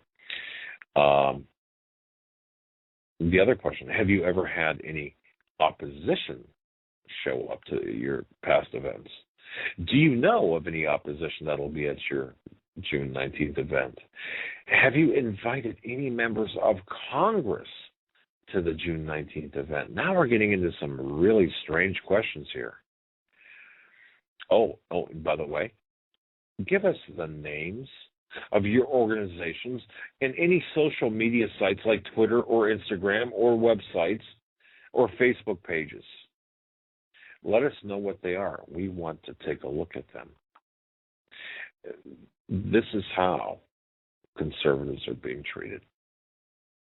Folks, we're up against the top of the hour break. You're listening to the Hagmann and Hagmann Report. I'm Doug Hagmann, the father of the Hagmann and Hagmann duo, my co-host, my son, fellow investigator, Joe Hagmann. With me in studio, we're glad to be with you. We'll be taking your calls after the break. 661-244-9839. I want to thank you for listening. Thank you for your belief and trust, and that's where we're right back after these messages. And welcome back, ladies and gentlemen, to our third and final hour of the Hagmann and Hagmann Report this Tuesday, June 4th, 2013. Open phone lines this hour. So give us a call if you want to weigh in on anything we covered last week, anything we covered today or did not cover today, at 661-244-9839, and then you press 1 to speak with the host. Or if you want to, if you do have a line on the what the lottery numbers might be for tomorrow, let us know that too. Yeah. All right, we're going to go right to the phones now. We're going to start with area code 801 first. You're live on the Hagmann and Hagmann Report. Hi, is that me? That Hello? Is you. Good. Wow, it's a fantastic series of shows every night. I can't believe I spend 3 hours listening. I wish I could listen on the weekend. I miss you on the weekend even. Well, we can't believe you spent 3 hours listening to us.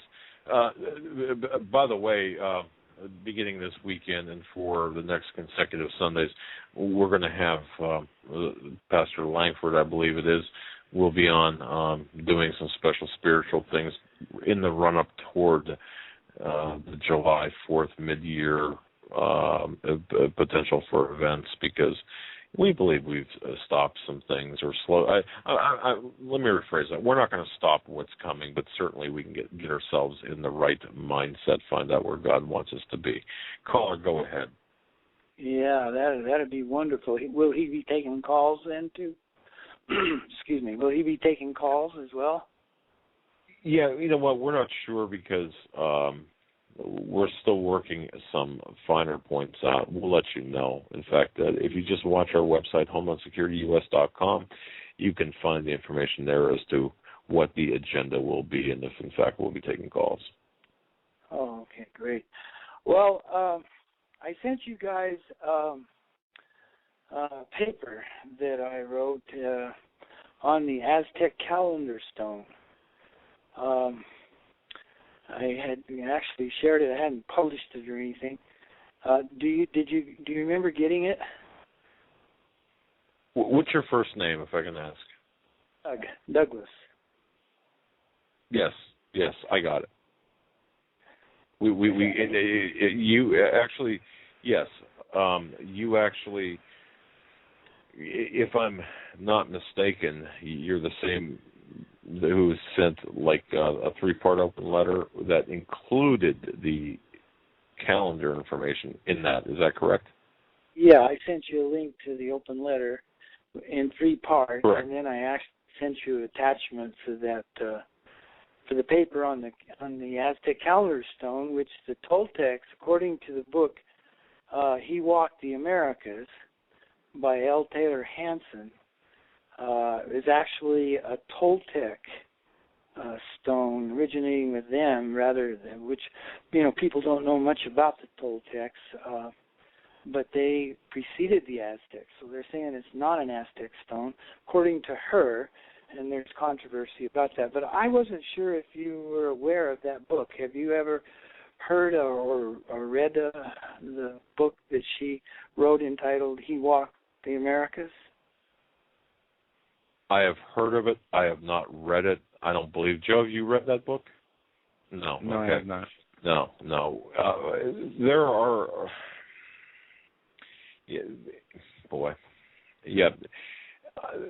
I understand where you're going with this, and I don't want to seem contentious, okay? But you're in my view, and we're open to various things, but are you not attempting perhaps to push a little bit harder than maybe would be called for? I mean, what's your ultimate, Doug, let me ask you this. What's your ultimate agenda here by your call? What's your ultimate agenda? Yeah, just this call or all the... No, I'm talking about your emails that we've received, and you pointing us down a specific path. What's your ultimate agenda?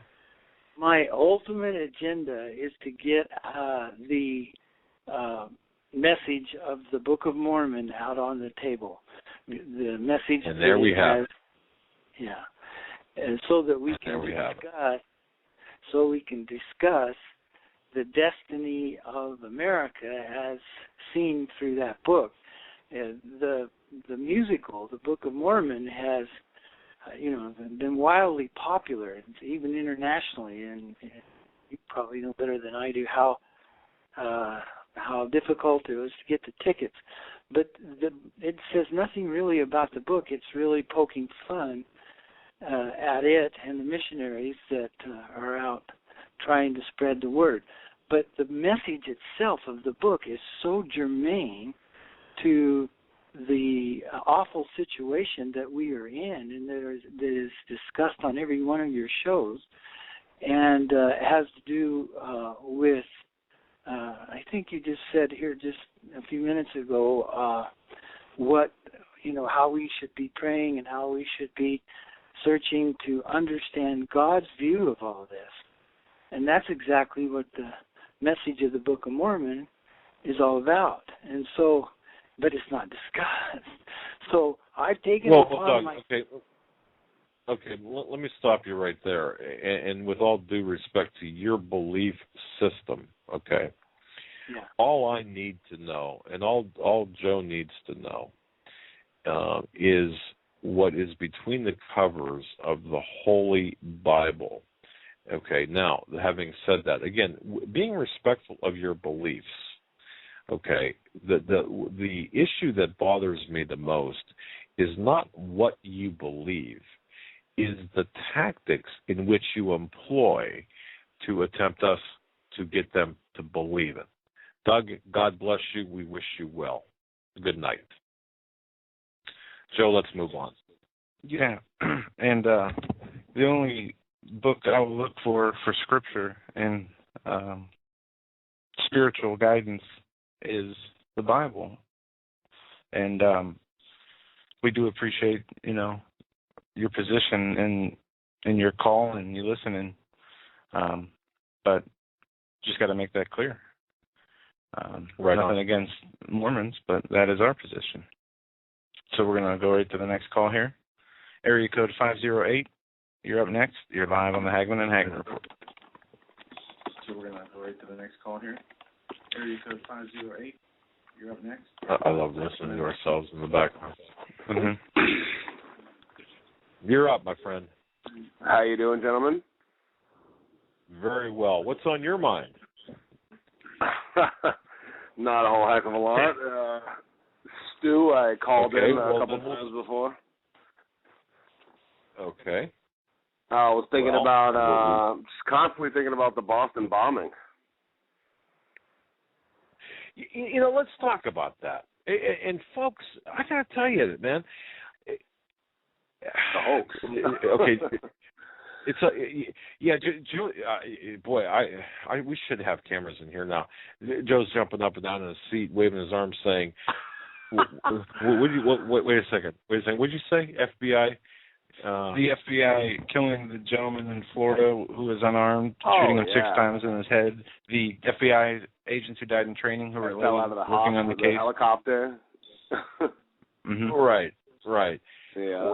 What do you think of all that? Seriously, what do you think of what? And here, from an investigative point of view, my question is, what is to be gained by an operation like this?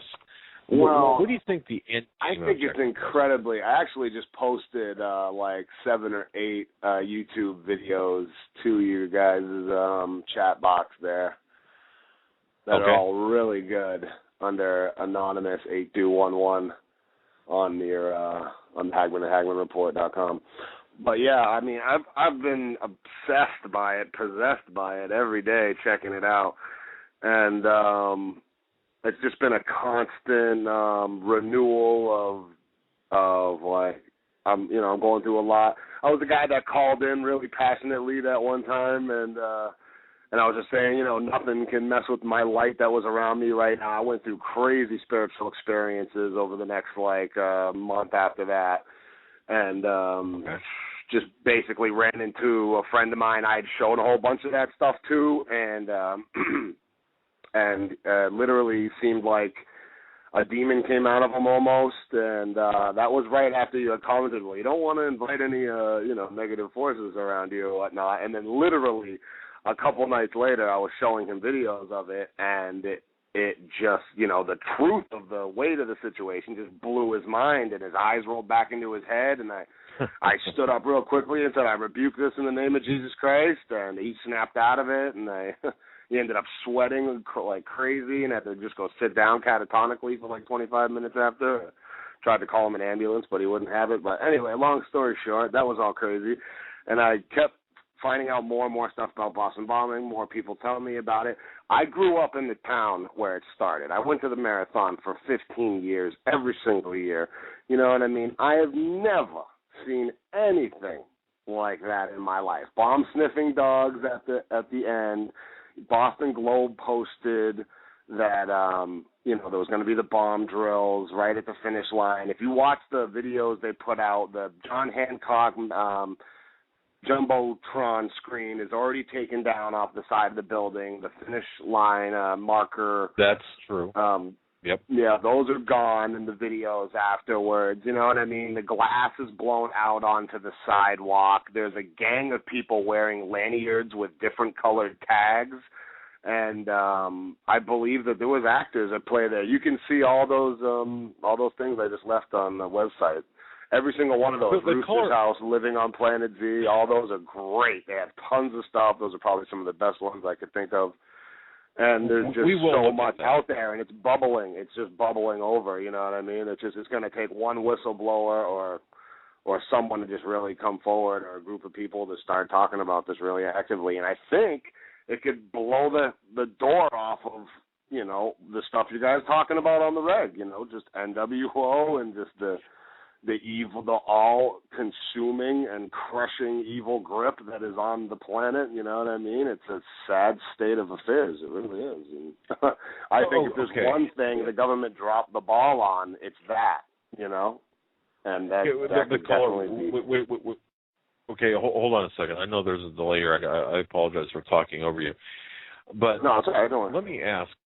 Okay, let me ask you a series of questions I've got, and this is for the listeners as well. Okay, let me preface it by saying this: you've got the Boston bombing, you've got the Aurora, Colorado shooting, the Dark Night shooting. Okay, you've got the Sandy Hook, connected, right? Connected. Okay. Why focus merely on the Boston bombing when you've got the Sandy Hook, the Aurora, Colorado shooting? Very good question. In other words, what I'm looking at. How long has it been since those? You know what I mean? That's just a quick answer to that. Like, how long? It's been a while since those. You know what I mean? It's only been a month, and there's a lot of stuff coming to surface. You know what I mean? And they got busted. They've been busted. Straight up, you know what I mean? There's enough information out there where the right people in power and the right positions to get some of this out could really shed some light on it. I mean, it was an absolute cluster, you know. I mean, it was just ridiculous. Like, there's so much stuff. You can go to FEMA's website and you can see crisis actor registration forms. Why do they have that? You know what I mean? Like, that is conspiracy of the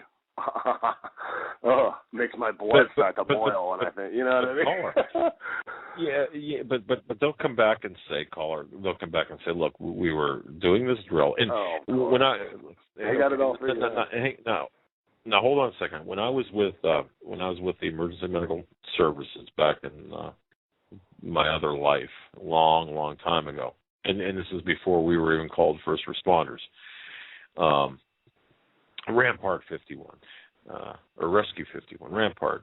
Never mind. Anyway, we had these drills. For example, an airline crashing at the airport.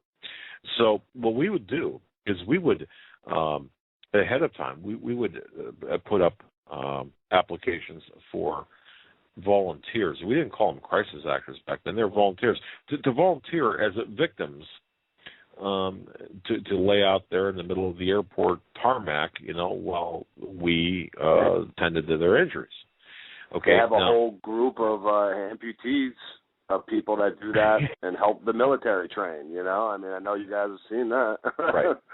No, we have. Yeah, and we also know. Okay, now that's Boston. Okay. Right. Now, with Aurora, the shooting, we know that there's a lot of sinister, luminous aspects to Aurora shooting too, because of the if you do the calculations, it is pretty troublesome to believe that one man could have done that damage with one semi-automatic rifle, personal defense weapon. And look at his face in the courtroom and the dramatic change of how he looked. Right. Very so suspect. yeah, I think all of these are connected. But I think what we need to do is we really need to have an intellectual discussion, an intelligent conversation. I would love about everything. Everything from Boston to 9/11. I mean, really, because what we're hearing is something very bad is coming down the pike that's going to eclipse everything. That's what I have. My spirit's tugging at me, and the Holy Ghost has been pointing me in every direction from Sunday. Every which way, just landing on all the right stuff. Everything is connecting. All the dots are connecting. All the lights are lighting up. And I think they're going to keep pulling these false flag things, like this London thing. Now that's obviously a false flag. You know what I mean? They're like, oh, we did Boston and messed up that bad. Now we can just do whatever the hell we want. You know what I mean? I think that's the idea they're taking, these scumbags. So yeah, and they're doing this on purpose. And some of the evidence is there to be called out and left for the people who are doing the diligent and hard research trying to find the truth. They are throwing this false truths in there, This info everywhere. With Sandy Hook and right. So we have to be careful. But no, I do agree that there are elements of deception behind each and every one of these plots, and you can call them government conspiracies, you can call them whatever you want, but the facts are there. Is there anything else before we let you go? No, but you're absolutely right. I appreciate the time. Yeah, it all connects. All roads lead to Rome, I believe, eventually. And the people with the money and the power and the scepters and the robes, I think they all know exactly what's going on. Hey, caller, do me a favor. Caller, do me a favor. Instead of saying all roads lead to Rome, just start saying all roads lead to London City. Well. Yeah, London City. Or lead to Boston.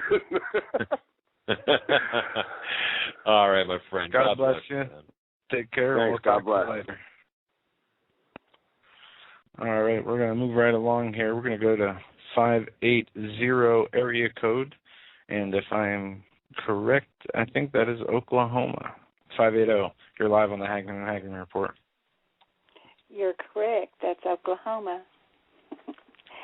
Hi, Sherry. Yeah, hi. The land you don't sound good. The land where it rains tornadoes. Yeah. Yeah. But, are you okay, Sherry? We are.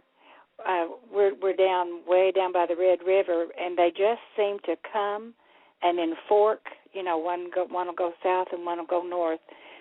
Of course, we haven't had any nearly like Moore has had. In Oklahoma City. That is just.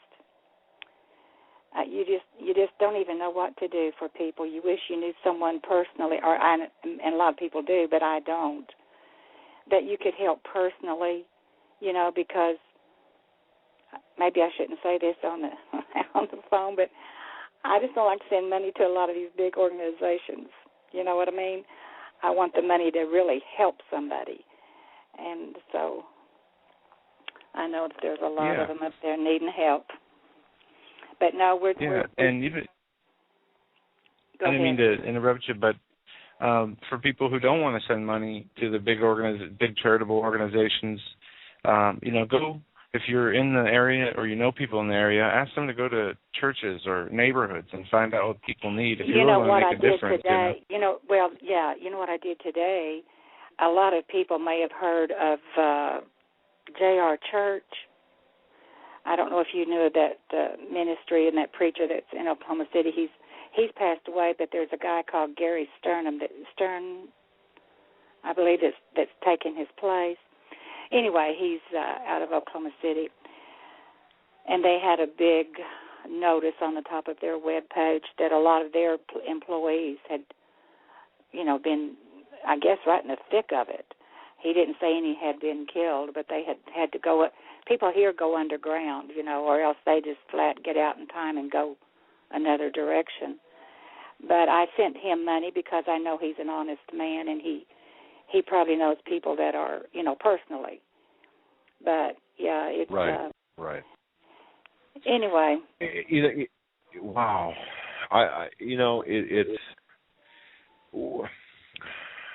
it's difficult for me to imagine what the people in the storm's path went through and are still going through. You know, and it's not even after the tornadoes are over.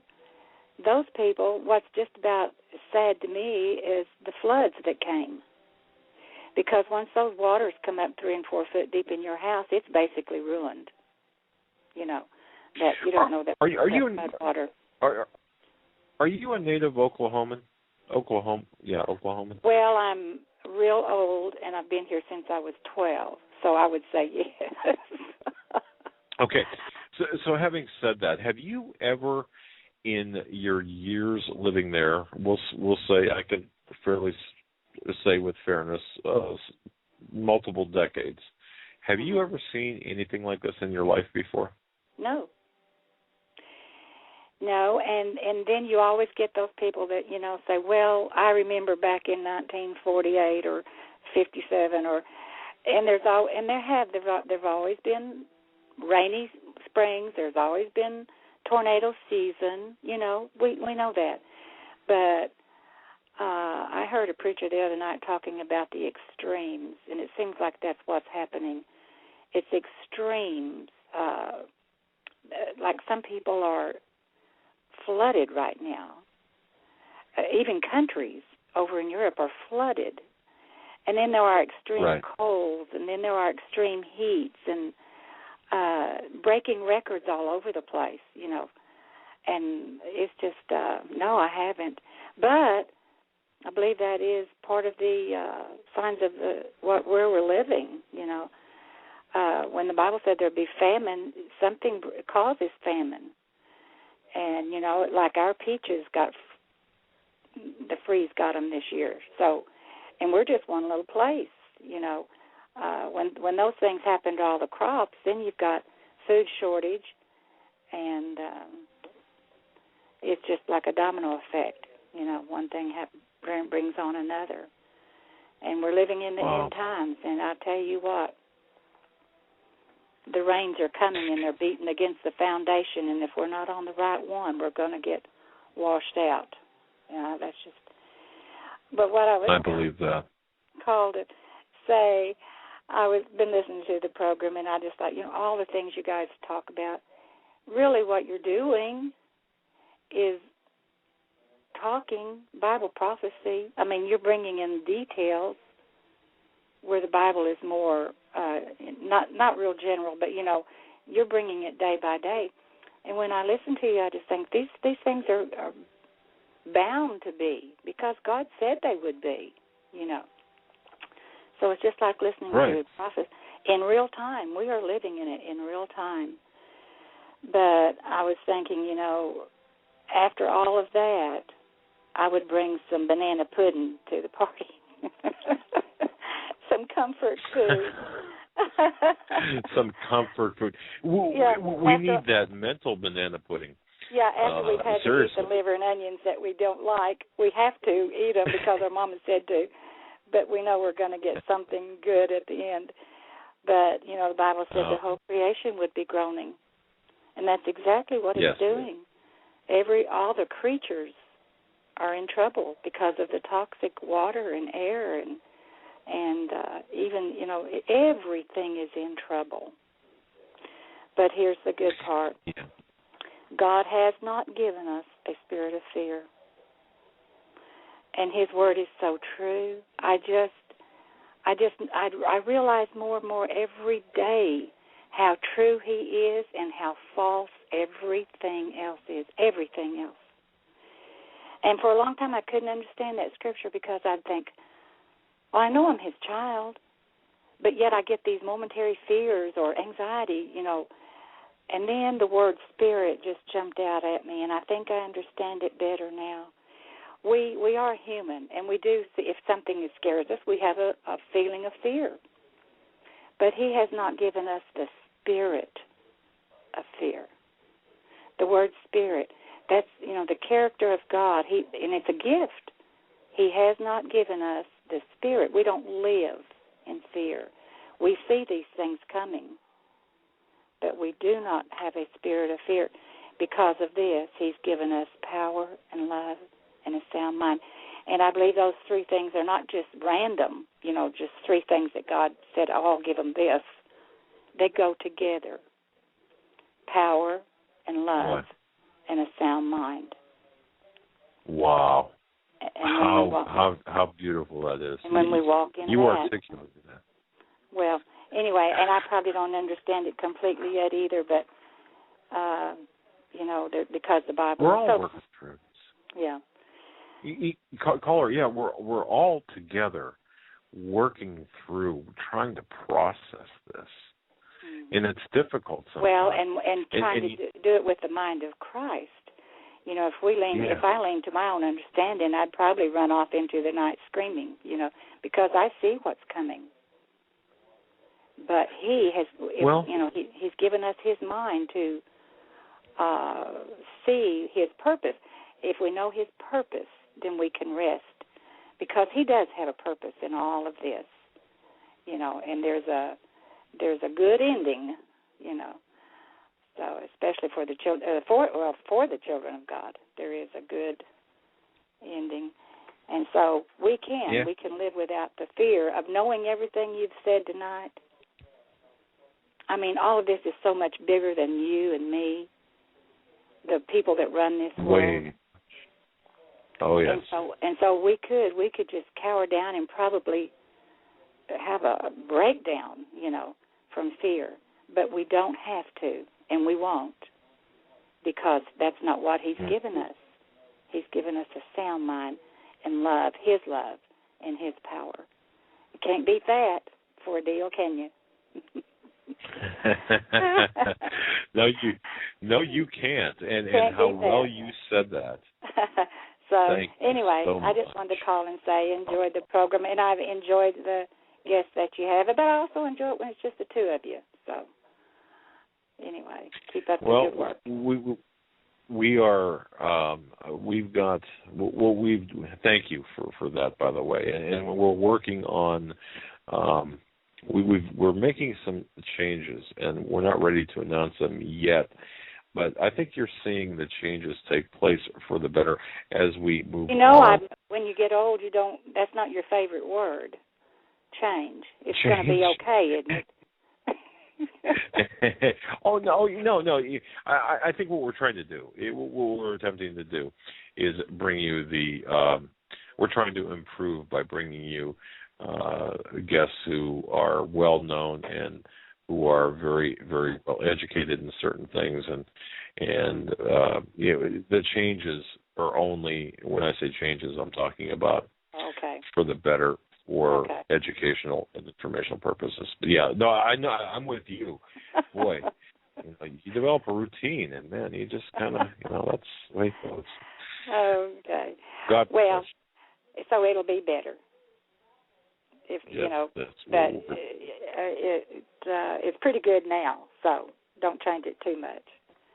Well, anyway. we're not gonna fix it to break it, or if it's not broke, don't fix it. But so we get that. Well, God bless you. Thank you. You stay safe and stay dry in Oklahoma. And God bless you, my friend. Thank you. What a great. Excellent call, and we're going to go right back to Oklahoma, area code 918. We're coming to you next. You're live on the Hagmann and Hagmann Report. Hi, Doug and Joe. This is Todd calling from Tulsa. How are you guys? Well, good. How's Tulsa, and how's Todd? Well, we are much drier, and I thought I knew what I wanted to talk about until your last caller brought up banana pudding. And is that an Oklahoma thing? I'm just. It must be. My grandmother was from around the Red River area, and she passed away in April. And that was the one thing that I thought about when she passed was no more banana pudding. Well, since you're from Tulsa, I got that. I'm just trying to be quick here. Since you're from Tulsa. Say hello to my friend Patrick Campbell, KFAQ, mornings 6 to 9, I believe it is, Tulsa time if you're up that early. He's KFAQ, Patrick Campbell. He's a good friend of mine. So anyway, what's on your mind tonight? Well, I just want to take a quick minute, and I just want to say thank you to you and Joe both. I found you guys through Rick Wiles over at True News. I found him through Gerald Celente, through Alex+Jones, through Glenn Beck. So it's kind of been a long path to find you guys. I've been listening for several months now, and I just can't thank you guys enough for what you do, the stories that you guys mention that you don't hear anywhere else, and especially for the chat family that's out there. Any listeners that don't log into the chat, certainly worth it. I've learned a ton of information. I'm a fairly new Christian, about 4 years now since I gave my life to the Lord, and it's just unbelievable. Oh, there's there's the good old weather alarm going off, so I'll try to get out of the sound of that. Oh my! But yeah, so I just wanted to thank you for that, and I wanted to shift gears just quickly because you mentioned Turkey and Syria and Russia, and as a former vet, the one thing that I've tried to kind of keep in perspective, because there's so many potential threats against us, not just as Christians, but as Americans, and the threats coming both financially and internally within our own government, but then the external threats, and I just wanted to remind people that if you go back and look at some of the headlines from the last couple of years, we had a Soviet Akula-class submarine that patrolled in the Gulf of Mexico for an entire month last year and went undetected, something that would have not happened when I was there 20 years ago. Do you believe that went undetected? I mean, do you believe that went undetected? I find it hard to believe because when I served from 86 to 93, I was part of the submarine fleet, and I find it very difficult to believe. But yeah, the unfortunate part is not believing that leads you down the road of what was the conspiracy behind it if they allowed that to happen? Right. Yeah. I've never been in the military. I missed Vietnam just barely. Now that said, not being in the military, I defer all military questions to those who have served our country. But I find it really difficult to believe that you've got this Russian sub, a nuclear sub, right? I mean, am I right? That was a nuclear sub. Yeah, a nuclear sub with enough armament to take out the central part of the country. I mean, it was. I haven't been able to find accurate reports on exactly how close to the coast it got, but pretty much from anywhere in the Gulf of Mexico that could have struck the central, the homeland. So. Man, I find that difficult to believe. But if that is true, if that did go undetected, what does that say about our defenses? Yeah, and I think that's the concern I have. When you add that story with the incident that took place back in February, February 12th, as our president was giving the State of the Union address, we had the two Tu-95 long-range strategic bombers, Russian bombers that flew around Guam, logged 200 nautical air miles before we even got our first jets off the ground. Yep. And then you see the report that just came out this past week of Russia now, after their 18-20-year hiatus, they're redeploying now a new class of it's a Bory-class nuclear submarine that carries 16 long-range missiles. They just announced that they're going to deploy those submarines now into the southern seas.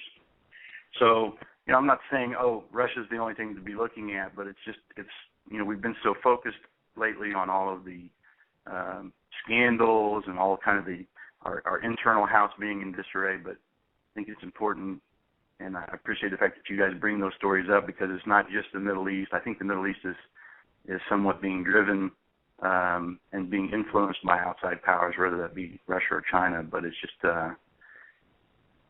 I don't know. It's just me looking at things from the military perspective. When I see stories like that, they really stick out to me. And those are the things that I wake up in the morning and think, that's going to be the headline, and I'm usually wrong. But someday I fear that it will be right. So. Well, yeah, and you're right. Look, if we'll say if the mischief occurs in the South China Sea, perhaps we should be looking in the Middle East, and if the mischief happens in the Middle East, perhaps we should be looking elsewhere. I just think that everything we're seeing right now, again, is choreographed in such a fashion that the powers behind the puppets of power are the ones moving the chess pieces. I agree. And directing our attention elsewhere. Yeah. Great call, my friend. God bless you, man. I'll tell you, thanks for your service to our country, and thanks for your input about the Soviet submarine. Yep. God bless you guys. I don't know. Thanks for taking the call. Man, thank you. All right. Yeah, Joe, I just don't know, man. When a nuclear submarine can come undetected after all the billions or trillions of dollars put into this police state against the American people, the homeland, the borders, allegedly, off the coast, you have warships, drones, planes everywhere, radars, satellite technologies, but things can just go undetected and launch rockets off the West Coast or sneak nuclear submarines into the Gulf, or pretty much do whatever they want to do. Yeah, I think we have to look at things a little bit differently in 2013. One of the things, Joe, real quick, I don't know how many, if we have a bank of calls, but one of the things that, 2012 was a real spiritual turning point, I believe, for the country. I believe for the world. I do believe in the Illuminati influence, the Babylonian versus Gregorian calendars, their timing. They've got an agenda to fulfill in a time limit in which to do it. 2012 was a very occultish year. If you look at 2012 with for example, the transit of Venus, and then you had the occult symbolism present in the Olympics and the Queen Elizabeth Jubilee, the Mayan calendar, higher consciousness crap. Exactly, and all of the other orchestrated, choreographed displays of Illuminati occultism and satanic worship, whether it be from Super Bowl, and don't forget the Super Bowl, or that was this year. But nonetheless, you've got this vast, agenda, if you will, and I think it warrants further study. I think we have to look at this in a larger picture, if you will. But we can go back to the phones. And we will do just that. We're going to go to area code 662 next. You're live on the Hagmann and Hagmann Report. Nuclear submarines into the Gulf. Pretty much do whatever they want to do. Hello? Okay. Yes, hey. that is you. Okay, this is Nikki. How are you? Very well. Can you speak up or speak closer to whatever you're speaking into? Okay, just a minute here. I think part of it's listening to your show and trying to talk to. Might have to be with being sick, and I hate to say that, but anyhow, I'm like you. I don't think it's just by accident. Anything is.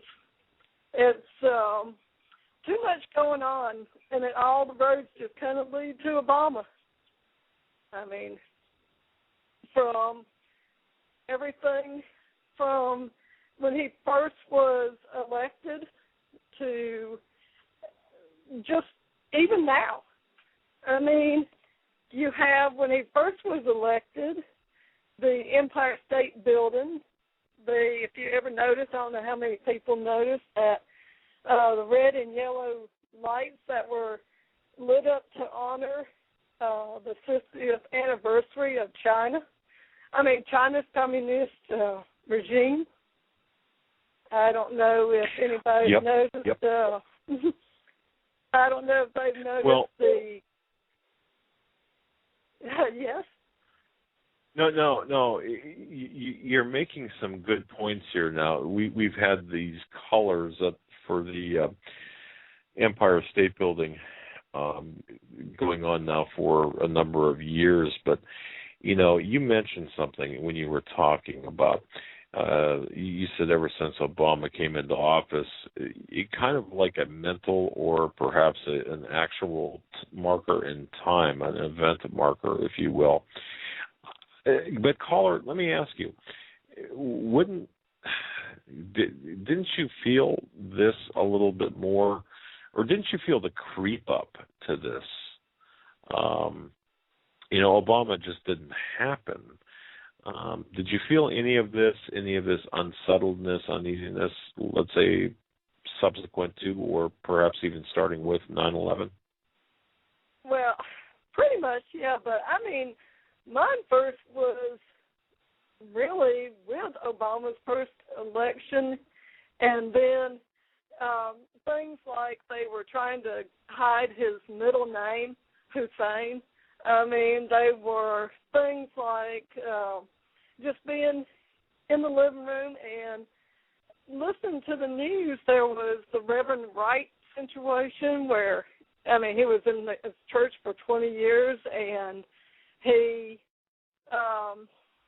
didn't know what Reverend Wright was preaching. And to me, if you listen to Reverend Wright, what was so controversial, even at his first election, was that Reverend Wright was screaming like Hitler.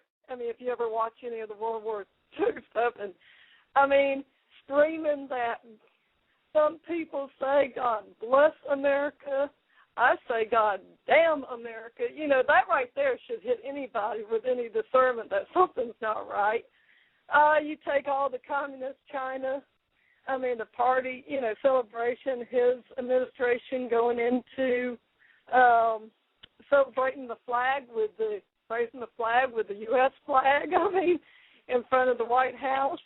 But it all comes back, even this second term, everything. Everything with DHS, everything that V and everybody says about, if you listen to, I don't know if you are familiar with Jim Willis,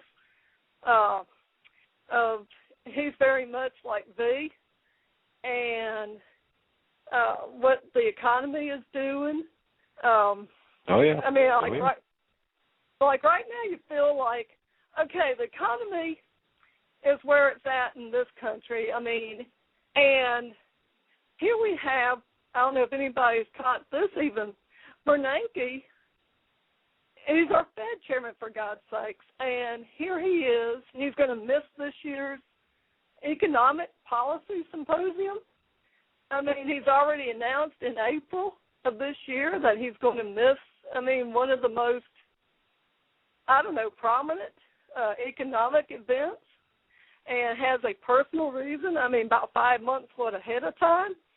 It's supposed to be in late August, and it sets the bank's policies. You've got things that are just not adding. Really. Yeah, and you made a very interesting observation with Bernanke. And I know you can't, but no one really can. But explain to me what rationale or what sane and legitimate reason there would be for him.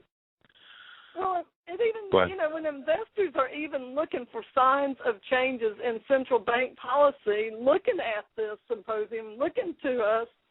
And our Fed chairman, the first time in, 26 years, a Fed chairman has even been out or absent from it, and, from what? And things like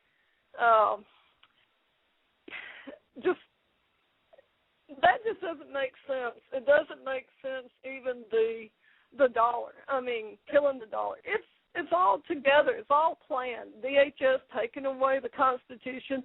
Even the immigration, if you look at that, it's all planned to tear down this country.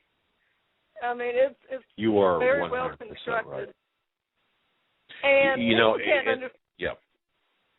No, go ahead. I'm sorry. Well, no, what you just said there, it's all orchestrated, essentially. I believe that to be the case.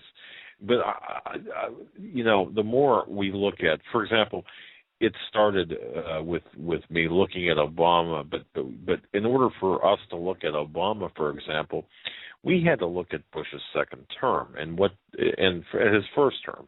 What did Bush do to pave or to grease the skids to allow Obama to come in?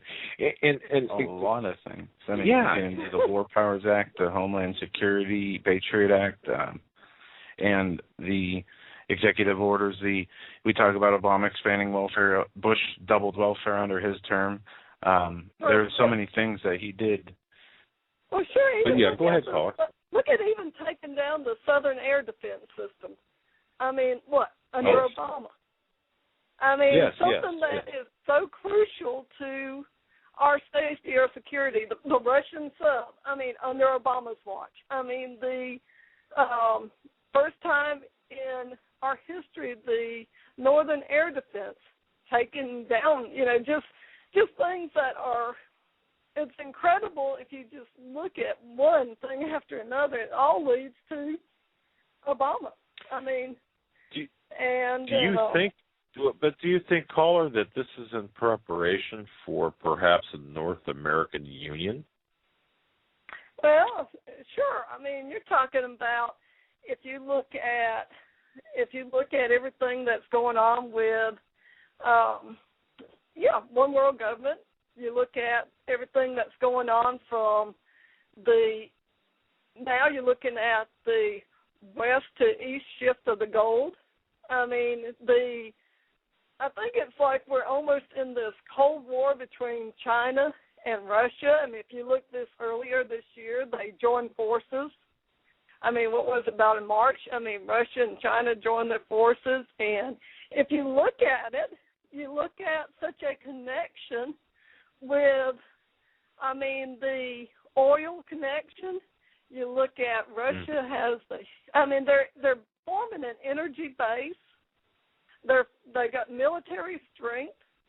They are forming, if you look at Rosneft, I mean, which is Russia now has one of the world's leading gas and oil companies.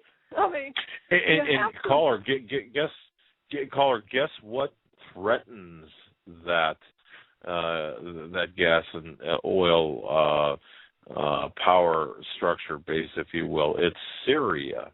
The destabilizing Syria could very well threaten what's taking place in the Southern Federation of states of Russia. If you really look at it, are we really over there for, human rights, or are we really over there to protect the petrodollar?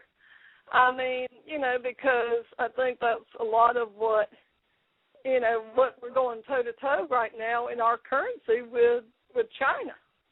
I mean, for the first time I've heard of it called, the petro-yuan, because it's gained so much strength in Australia and Japan and South Korea. We're losing half the world's population to trading outside of the U.S. dollar.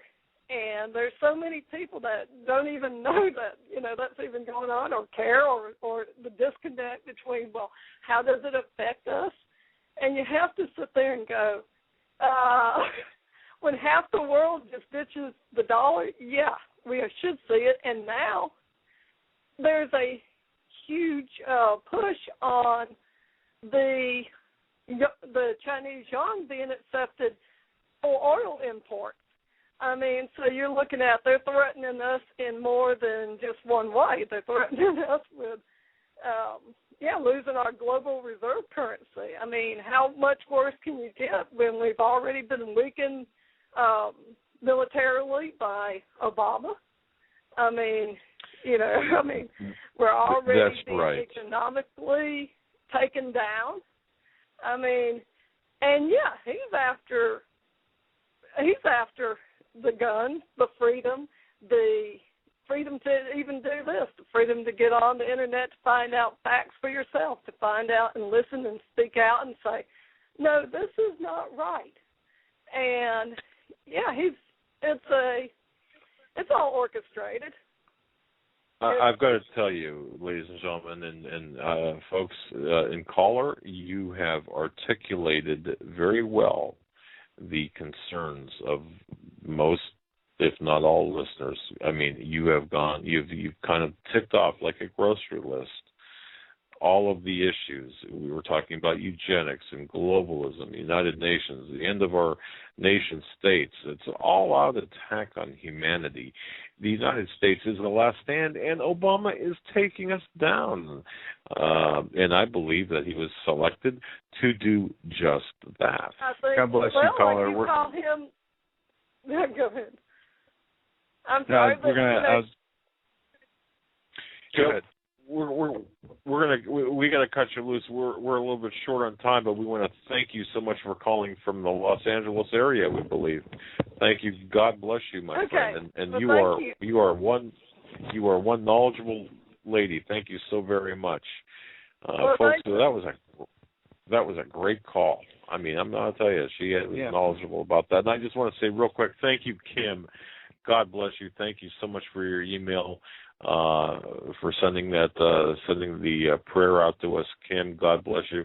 And Jeannie, thank you for your kind words to Marinka Peshman from CanadaFreePress.com.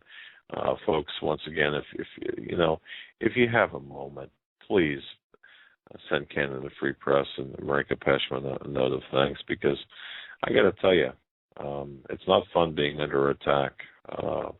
And if you're wondering what that's all about, go to CanadaFreePress.com and take a look at Marinka Peshman's column.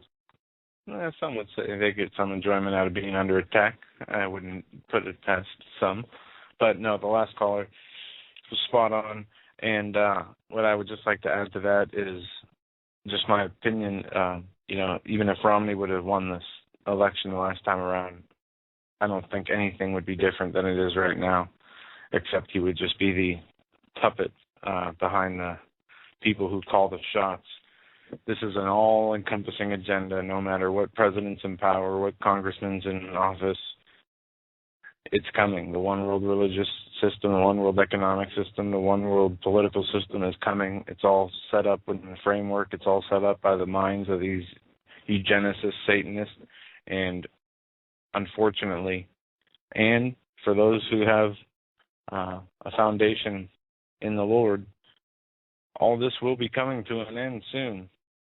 I think sooner rather than later. And but Joe, I agree with you. And as one very good friend of mine, again, said this, we are not going to stop what's coming. But you know what? By playing our zone, by listening to what God is telling each one of us individually, exactly. Individually. Before the show, you saying this. Each one of us is given responsibilities and roles. As you said, play your part. Yeah. And each command we receive will be different from the Lord and what